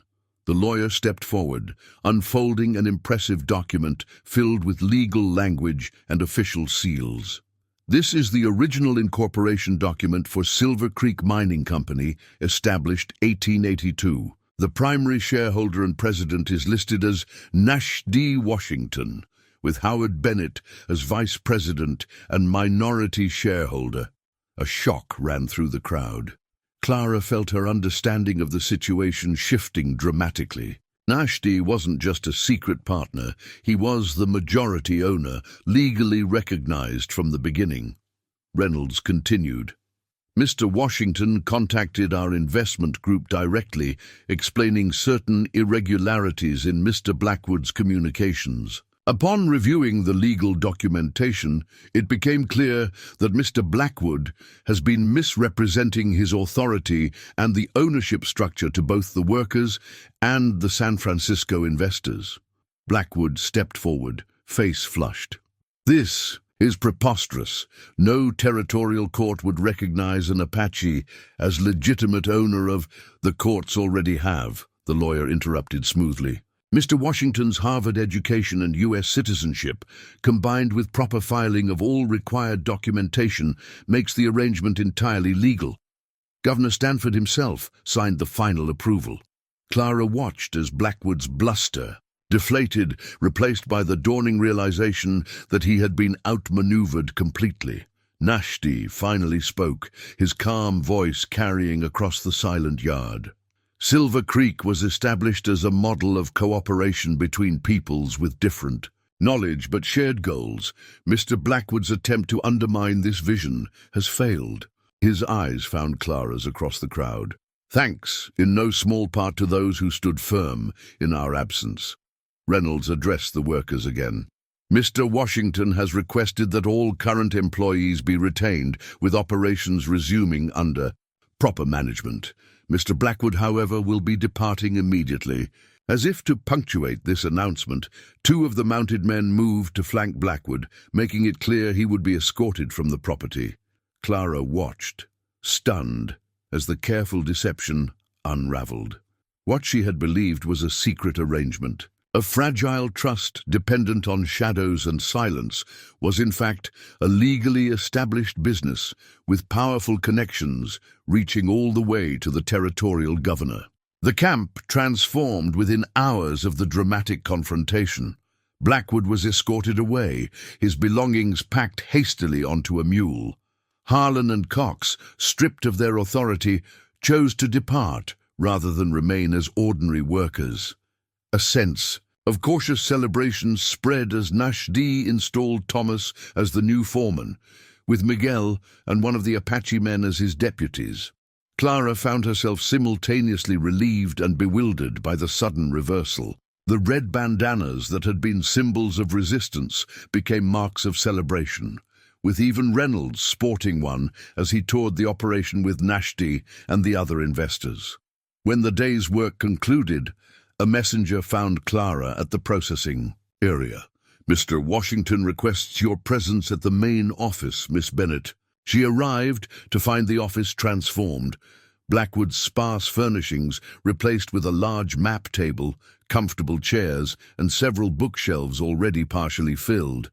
Nashdi stood examining production reports, now dressed more casually, though still far more formally than the workers. Dr. Hayes sat nearby, engaged in conversation with Reynolds. "Miss Bennett," Nashdi greeted her, setting aside the reports, "please join us." "You might have mentioned you were the legal owner," Clara said, unable to keep a hint of accusation from her voice. "All this time, letting me believe the arrangement was clandestine, dependent on shadows and secrecy. The legal ownership was always clear to those who needed to know," Nashdi replied calmly. "But Blackwood and certain elements in San Francisco found it challenging to accept an Apache as their superior. The appearance of conventional management made daily operations smoother. Until Blackwood got greedy," Hayes added. "When silver prices rose, he began communicating directly with newer investors, suggesting changes that would increase their profits while cutting out Nashdi entirely." Reynolds nodded ruefully. "I'm embarrassed to admit how convincing his proposals were. It was only when Dr. Hayes contacted us with evidence of the fraud that we investigated properly." "And my father?" Clara asked, focusing on Nashdi. "What was his true role in all this?" Nashdi exchanged glances with Hayes, then gestured for the doctor to open a desk drawer. Hayes withdrew a framed photograph and handed it to Clara. The image showed two young men in Harvard graduation attire, arms around each other's shoulders, smiling confidently at the camera. With a shock, Clara recognized her father, much younger than she had ever known him, perhaps 22. Beside him stood Nashdi, his hair shorter than now, but his bearing unmistakable. Your father and I were classmates, Nashti said quietly.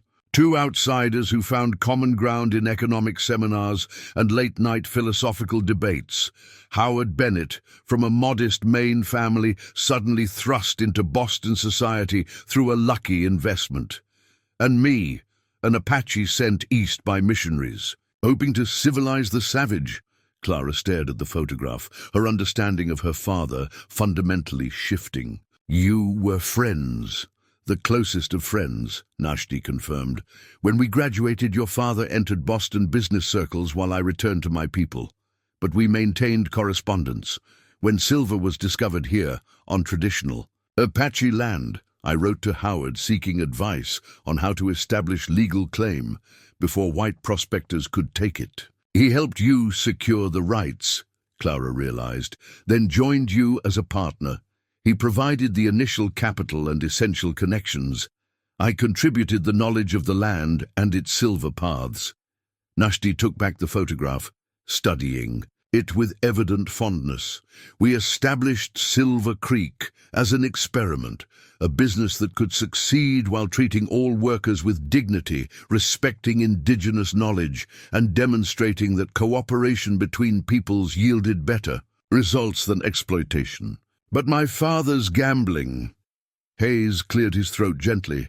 Howard had his demons. The gambling began after your mother's difficult pregnancy with you, a way to manage his fear, perhaps. By the time you were grown, it had become a genuine problem. Yet he kept his ownership stake in Silver Creek separate, Reynolds added, protected it even from his creditors. He told me once it was the only truly worthwhile thing he'd built. Nashdi reached into another drawer and withdrew a sealed envelope yellowed with age. Howard left this with me the last time he visited. He said if anything happened to him, and if you ever found your way to Silver Creek, I should give it to you. With trembling fingers, Clara accepted the letter. Her name was written on the front, in her father's distinctive handwriting. Breaking the seal, she unfolded a single page covered with familiar script. My dearest Clara, if you are reading this, then you have discovered the better part of my life's work, and perhaps the better part of my character as well. Silver Creek represents what I always aspired to be, but rarely achieved in Boston society. A man who valued people for their knowledge and character rather than their background or appearance. Nashti has been my closest friend since our Harvard days. Trust him as I have, learn from him as I did.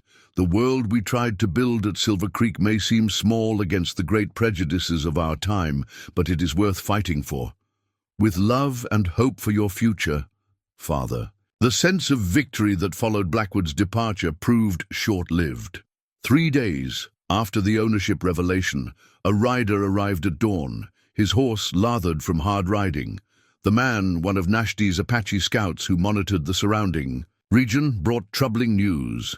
Blackwood is in Tucson, he reported to the hastily assembled leadership group, meeting with men from the Silver Consolidated Mining Association and several territorial officials. Nashti's expression remained calm, but Clara, now included in these meetings as her father's representative, noted the tension in his shoulders. How many men? 20 hired guns at the Golden Spur Saloon, the scout answered. More arriving daily. They speak openly of resolving the Apache problem at Silver Creek. Reynolds, who had remained to oversee the investors' interests, looked alarmed. They wouldn't dare mount an armed assault on a legally established business. They would if they believed they could rewrite the story afterward, Dr. Hayes said grimly. It wouldn't be the first time in these territories that legal rights were erased by gunfire, particularly when those rights belonged to natives. Clara studied the large map spread across the table, a detailed topographical rendering of Silver Creek and the surrounding mountains. How long do we have? 2 days, perhaps 3, the scout estimated. They're gathering supplies, ammunition. Nashti began marking positions on the map with small wooden tokens. We need to establish defensive positions here, here, and along this ridge. The approach road is our advantage, narrow, exposed in several sections. The following hours transformed the mining camp into a strategic stronghold.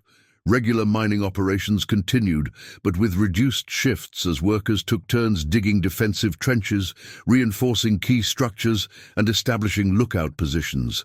Clara found herself working alongside Maddie and several other women, preparing the infirmary for potential casualties. Dr. Hayes instructed them in basic wound treatment while inventorying his limited medical supplies. "Not how I imagined using my Boston first aid training," Clara commented as she rolled bandages from torn sheets. "Life rarely follows our imagined path," Maddie replied. 3 months ago, you were a proper Boston lady. Now you're preparing for a siege alongside Apaches and miners." The observation struck Clara forcefully. Her transformation had been so gradual, she had scarcely noticed its progression, from reluctant laborer to committed defender of Silver Creek's vision. She touched the turquoise stone that still hung at her throat, a tangible symbol of her changed allegiances. As dusk approached, Clara made her way to the main office where Nashdi was reviewing defensive plans with his most trusted men. A detailed map now covered the large table, marked with annotations showing fields of fire, fallback positions, and supply caches. "You should consider leaving," Nashdi said without looking up when she entered. "Dr. Hayes is sending a wagon north tomorrow with non-essential personnel. Your father would want you safe." "My father would expect me to stand for what we built here," Clara countered. "I'm staying." Nashdi finally looked up, studying her with an intensity that made her heart quicken. "You've changed since you arrived, Clara Bennett." "The mind changes." "Everyone," she replied. "You told me that once." "So I did." A ghost of a smile touched his lips. "Very well. If you're staying, you should understand our strategy." He guided her through the defense plan, a carefully considered approach that maximized their limited numbers by controlling key terrain. Clara recognized elements of military thinking, likely from Nashdi's Harvard studies of historical conflicts. "Your men are skilled," she observed, "but we're still outnumbered. What about the territorial authorities? Surely they wouldn't condone an armed attack on a legal business." "The nearest marshal is 3 days' ride, and not necessarily sympathetic," Nashdi explained. "We must hold out on our own until Reynolds' telegram reaches Governor Stanford. Once official intervention is ordered, Blackwood's coalition will disperse." As night fell, Clara joined Nashdi on a ridge overlooking the valley approach. Torches illuminated workers reinforcing a stone barricade across the narrowest section of the road. The distant mountains were dark silhouettes against the star-filled sky. "I never thought I'd find myself preparing for battle," Clara said softly. "Nor I, when we established this place," Nashdi replied. "Howard and I believed that success would speak for itself, that a profitable mine treating all workers with dignity would become a model others would follow." "Perhaps it still can," Clara offered, "if we defend it successfully."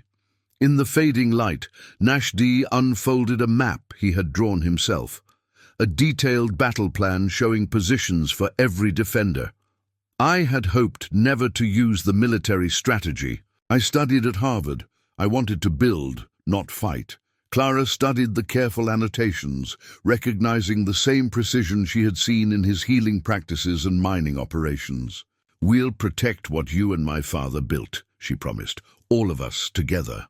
As if to punctuate her words, Miguel appeared with a group of Mexican workers, all armed with mining tools and grim determination. Thomas followed with former miners who had military experience from the recent war. Every face reflected the same resolve. Silver Creek was worth defending, not just as a workplace, but as an idea. The attack came sooner than expected. Dawn was just breaking on the second day of preparations when the lookout's horn sounded 3 sharp blasts, the signal for approaching riders. Clara had been helping prepare breakfast for the defenders when the alarm cut through the morning stillness. "They're early," Thomas muttered, grabbing his rifle. "Must have ridden through the night." Nashdi emerged from the office, quickly issuing orders that sent defenders racing to their assigned positions. "Clara!" he called, spotting her among the scrambling workers. "Get to the infirmary with Hayes." She nodded, but as she turned to go, Nashdi caught her arm. "Take this," he said, pressing a revolver into her hand, an elegant Smith & Wesson with pearl grips. "It was your father's. He left it here during his last visit." Clara stared at the weapon, unexpectedly heavy in her palm.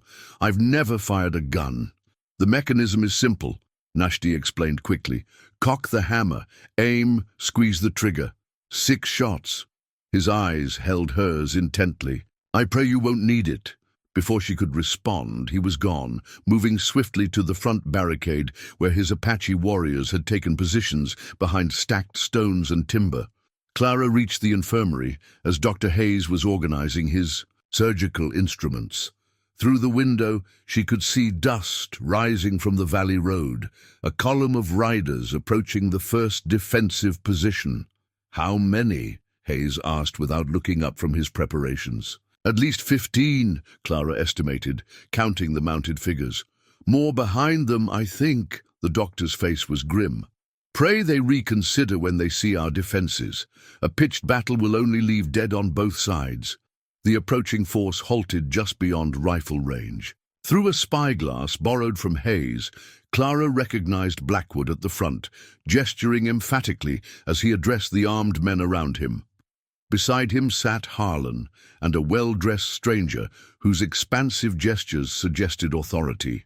"The man in the black coat is Judge Holcomb," Hayes identified, "known for favorable rulings for mining interests.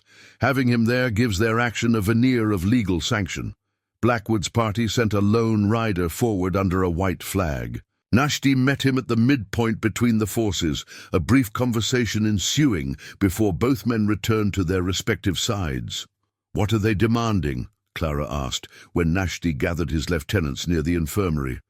"Surrender of the mine to the rightful operators and my immediate departure from the territory," Nashdi replied, his voice calm despite the gravity of the situation. "They claim the original ownership documents were fraudulent. Judge Holcomb is prepared to issue an immediate ruling transferring control to the Silver Consolidated Association."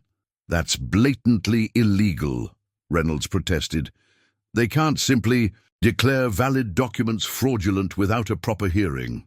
"They can if there's no one left to contest the ruling," Thomas said darkly. The defenders watched as Blackwood's force spread out, taking positions among the rocks flanking the road. Their intentions were clear. They planned to assault the barricade directly. "They believe we'll break at the first serious resistance," Nashdi observed. "Blackwood has convinced them that most workers will flee rather than fight." The first shot came minutes later, a rifle crack that sent splinters flying from the barricade. The defenders held their fire, disciplined despite the provocation. 2 more shots followed, then a concentrated volley that pocked the defensive works with bullets. "Hold," Nashdi commanded as his men raised their rifles. "Let them come closer." The attackers, emboldened by the lack of response, began advancing up the road in loose formation. When they reached a narrow bend marked by a lightning-struck pine, Nashdi gave a sharp whistle. Defenders hidden in elevated positions opened fire simultaneously, their concentrated volley dropping 3 attackers immediately. The remainder scrambled for cover, returning fire with more enthusiasm than accuracy. For 20 minutes, the exchange continued, neither side gaining advantage. Then Clara spotted movement on the ridge to their right, a flanking party working around their position. "Nashdi," she called out, pointing to the threat. He nodded sharply, dispatching Miguel and 3 men to intercept the flanking attempt. The skirmish that followed was brief but fierce, visible only as distant figures taking cover and returning fire among the rocks. When a wounded defender was half carried into the infirmary, Clara and Hayes worked quickly to extract the bullet from his shoulder. Outside, the firing intensified, then gradually tapered off. By mid-afternoon, an uneasy silence had fallen. The attackers had withdrawn to their original position, leaving 2 dead behind. The defenders had suffered 3 wounded, none fatally. They're reassessing, Nashdi explained when he stopped by the infirmary, a bloody graze on his forearm that Hayes insisted on cleaning. They expected us to break easily. Now they'll plan more carefully. Will they attack again today? Clara asked, washing blood from her hands. The wounded man's, not her own, though the distinction felt increasingly theoretical. No, they'll wait for reinforcements. Nashdi winced slightly as Hayes applied antiseptic to his wound. But they'll come again at dawn, and they'll be better prepared. Dawn broke with an unnatural stillness. No birds sang, no workers called to one another, just the tense silence of defenders at their posts, watching the road where dust indicated Blackwood's reinforcements had indeed arrived during the night. Clara had slept little, helping Hayes prepare additional medical supplies and checking on the wounded. Now she stood at the infirmary window, her father's revolver heavy in the pocket of her canvas trousers. Through Hayes's spyglass, she counted at least 30 riders assembling beyond the bend. "They've more than doubled their numbers," she reported. As Nashdi entered, his face showing the strain of a sleepless night. "As expected," he replied. "They'll try multiple approaches this time, not just the frontal assault."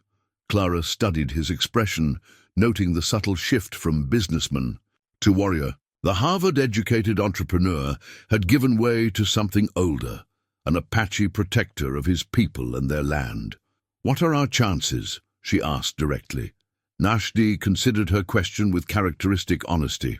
"If it were just a matter of positions and tactics, poor. They outnumber us significantly." He adjusted the bandana at his throat. "But we fight for our home, for a vision of what mining could be in these territories. That counts for something." A messenger interrupted. "Them, one of the lookouts reporting movement on both flanks." Blackwood had clearly learned from yesterday's failure, splitting his force to attack from multiple directions simultaneously. "They're trying to spread us too thin," Nashdi observed, quickly adjusting positions on his map. "Clara, I need you to take this message to Thomas at the North Barricade. Tell him to fall back to position 2 when the pressure builds." As Clara hurried through the camp delivering instructions, she noted how seamlessly the diverse defenders worked together. Apache warriors alongside Mexican laborers, white miners sharing ammunition with men they might have scorned months earlier. Silver Creek's vision of cooperation had never been more tangible than in this moment of collective defense. The attack began with a feint at the main barricade, a small group drawing fire while larger forces maneuvered on both flanks. Nashdi had anticipated this, positioning his best marksmen to cover the approaches and establishing fallback positions to concentrate defenders as needed. Clara found herself at the western edge of the camp when the flanking attack there intensified. A group of attackers had worked their way through a narrow ravine, emerging dangerously close to several crucial buildings. From her position behind a stone wall, she watched Miguel and 2 others exchange fire with the advancing men. When one of Miguel's companions fell wounded, the defensive line wavered. The attackers, sensing weakness, pressed forward. Clara realized with sudden clarity that if they broke through here, they would cut directly to the infirmary and office, potentially surrounding the main defensive position. Without conscious decision, she drew her father's revolver. The mechanism was indeed simple, just as Nashdi had described. She cocked the hammer, aimed at the leading attacker, and squeezed the trigger. The recoil surprised her, but the shot found its mark. The man stumbled, clutching his leg. His companions hesitated, looking for the new threat. In that moment of confusion, Miguel rallied his remaining defender, driving the attackers back toward the ravine. "Good shooting, Miss Bennett," Miguel called, his grin flashing white against his dust-covered face. "Your father would be proud." The fighting intensified throughout the morning, ebbing and flowing across the mining camp. The defenders gave ground strategically, trading space for time, making the attackers pay for every yard gained. By midday, however, the situation had grown critical. Blackwood's men had seized the processing shed and were threatening the main residential area. Clara worked alongside Hayes, treating a steady stream of wounded. When gunfire erupted just outside the infirmary, she knew their position was in danger of being overrun. Nashdi appeared at the door, blood streaming from a cut above his eye. "We need to move the wounded. They're targeting the infirmary deliberately." As they began transferring injured men to a secondary location in one of the mine tunnels, a tremendous commotion erupted from the direction of the valley road. New riders were approaching, but not Blackwood's reinforcements. "The Territorial Marshal," Hayes announced, recognizing the lead rider through his spyglass. "And at least 20 deputies." The arrival of official law enforcement transformed the situation instantly.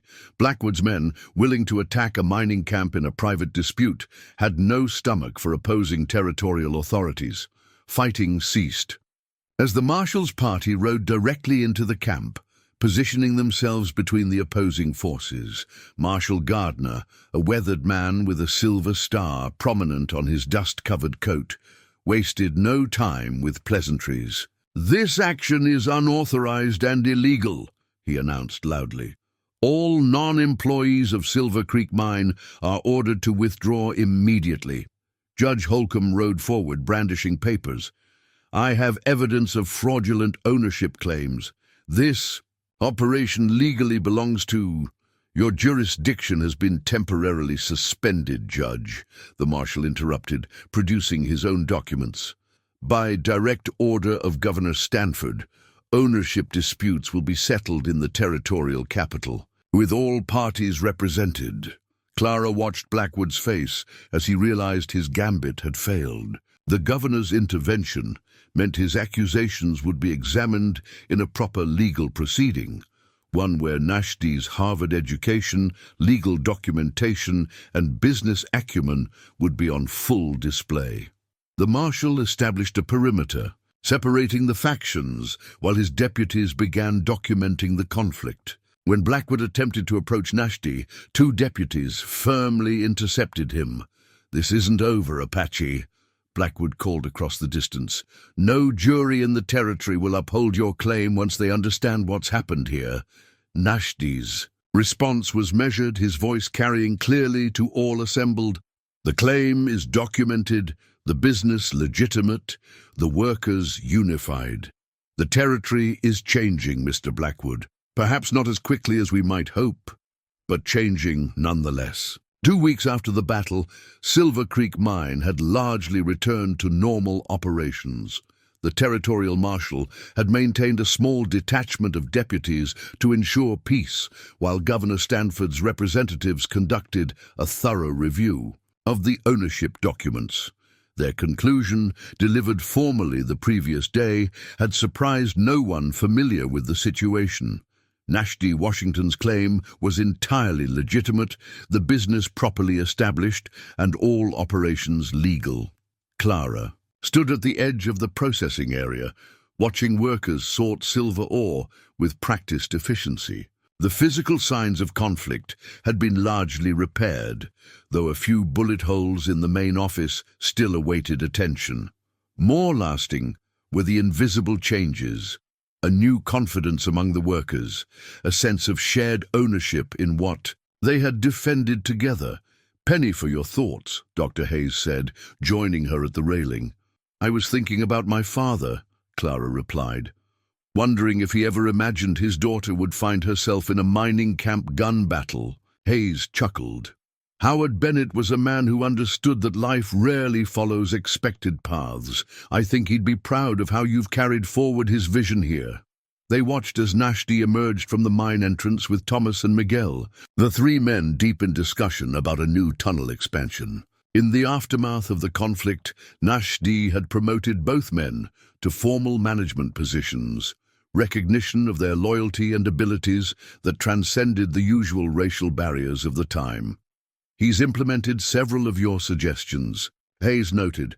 "The women's dormitory, the expanded school for workers' children, the profit-sharing plan."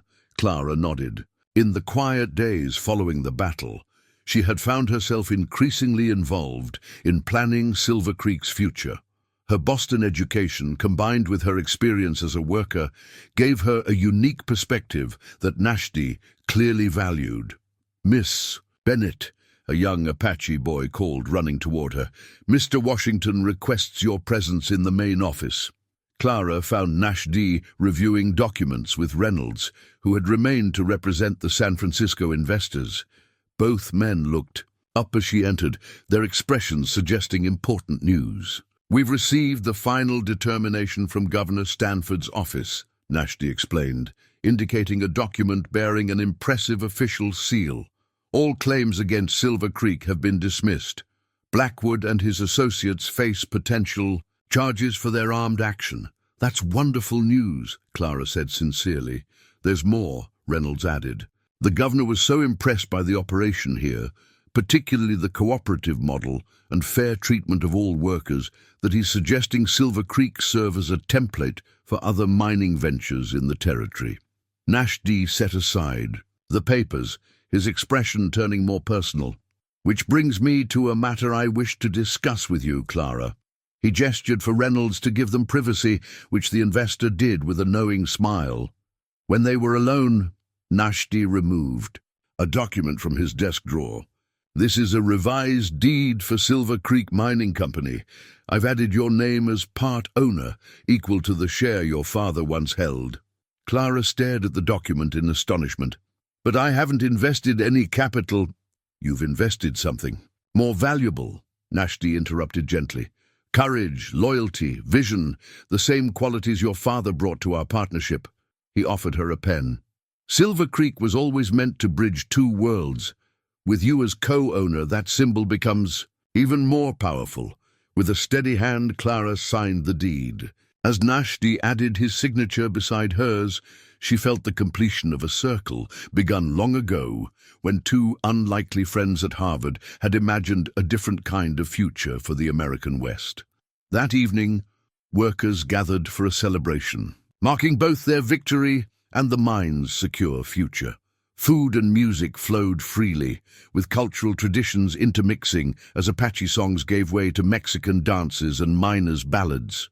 As dusk settled over the valley, Clara found herself beside Nashdi on the ridge where they had once planned their defense. Below them, Silver Creek glowed with lanterns and campfires, the sounds of celebration drifting upward on the cool evening breeze. "What happens now?" Clara asked, watching the sunset paint the distant mountains in shades of gold and purple. "We build," Nashdi replied simply.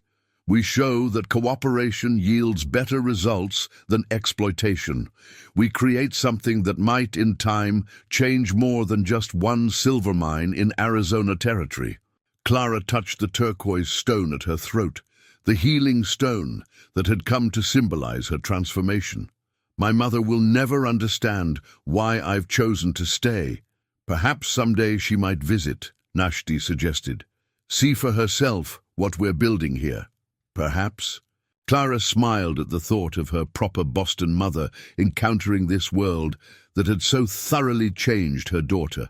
"Though I suspect she'd be even more scandalized by my business partner than by my canvas trousers." Nashdi's laugh was warm in the gathering darkness. Together, they watched the first stars appear above Silver Creek Mine, a place of silver paths and shared vision, where an unlikely partnership had created something neither could have built alone.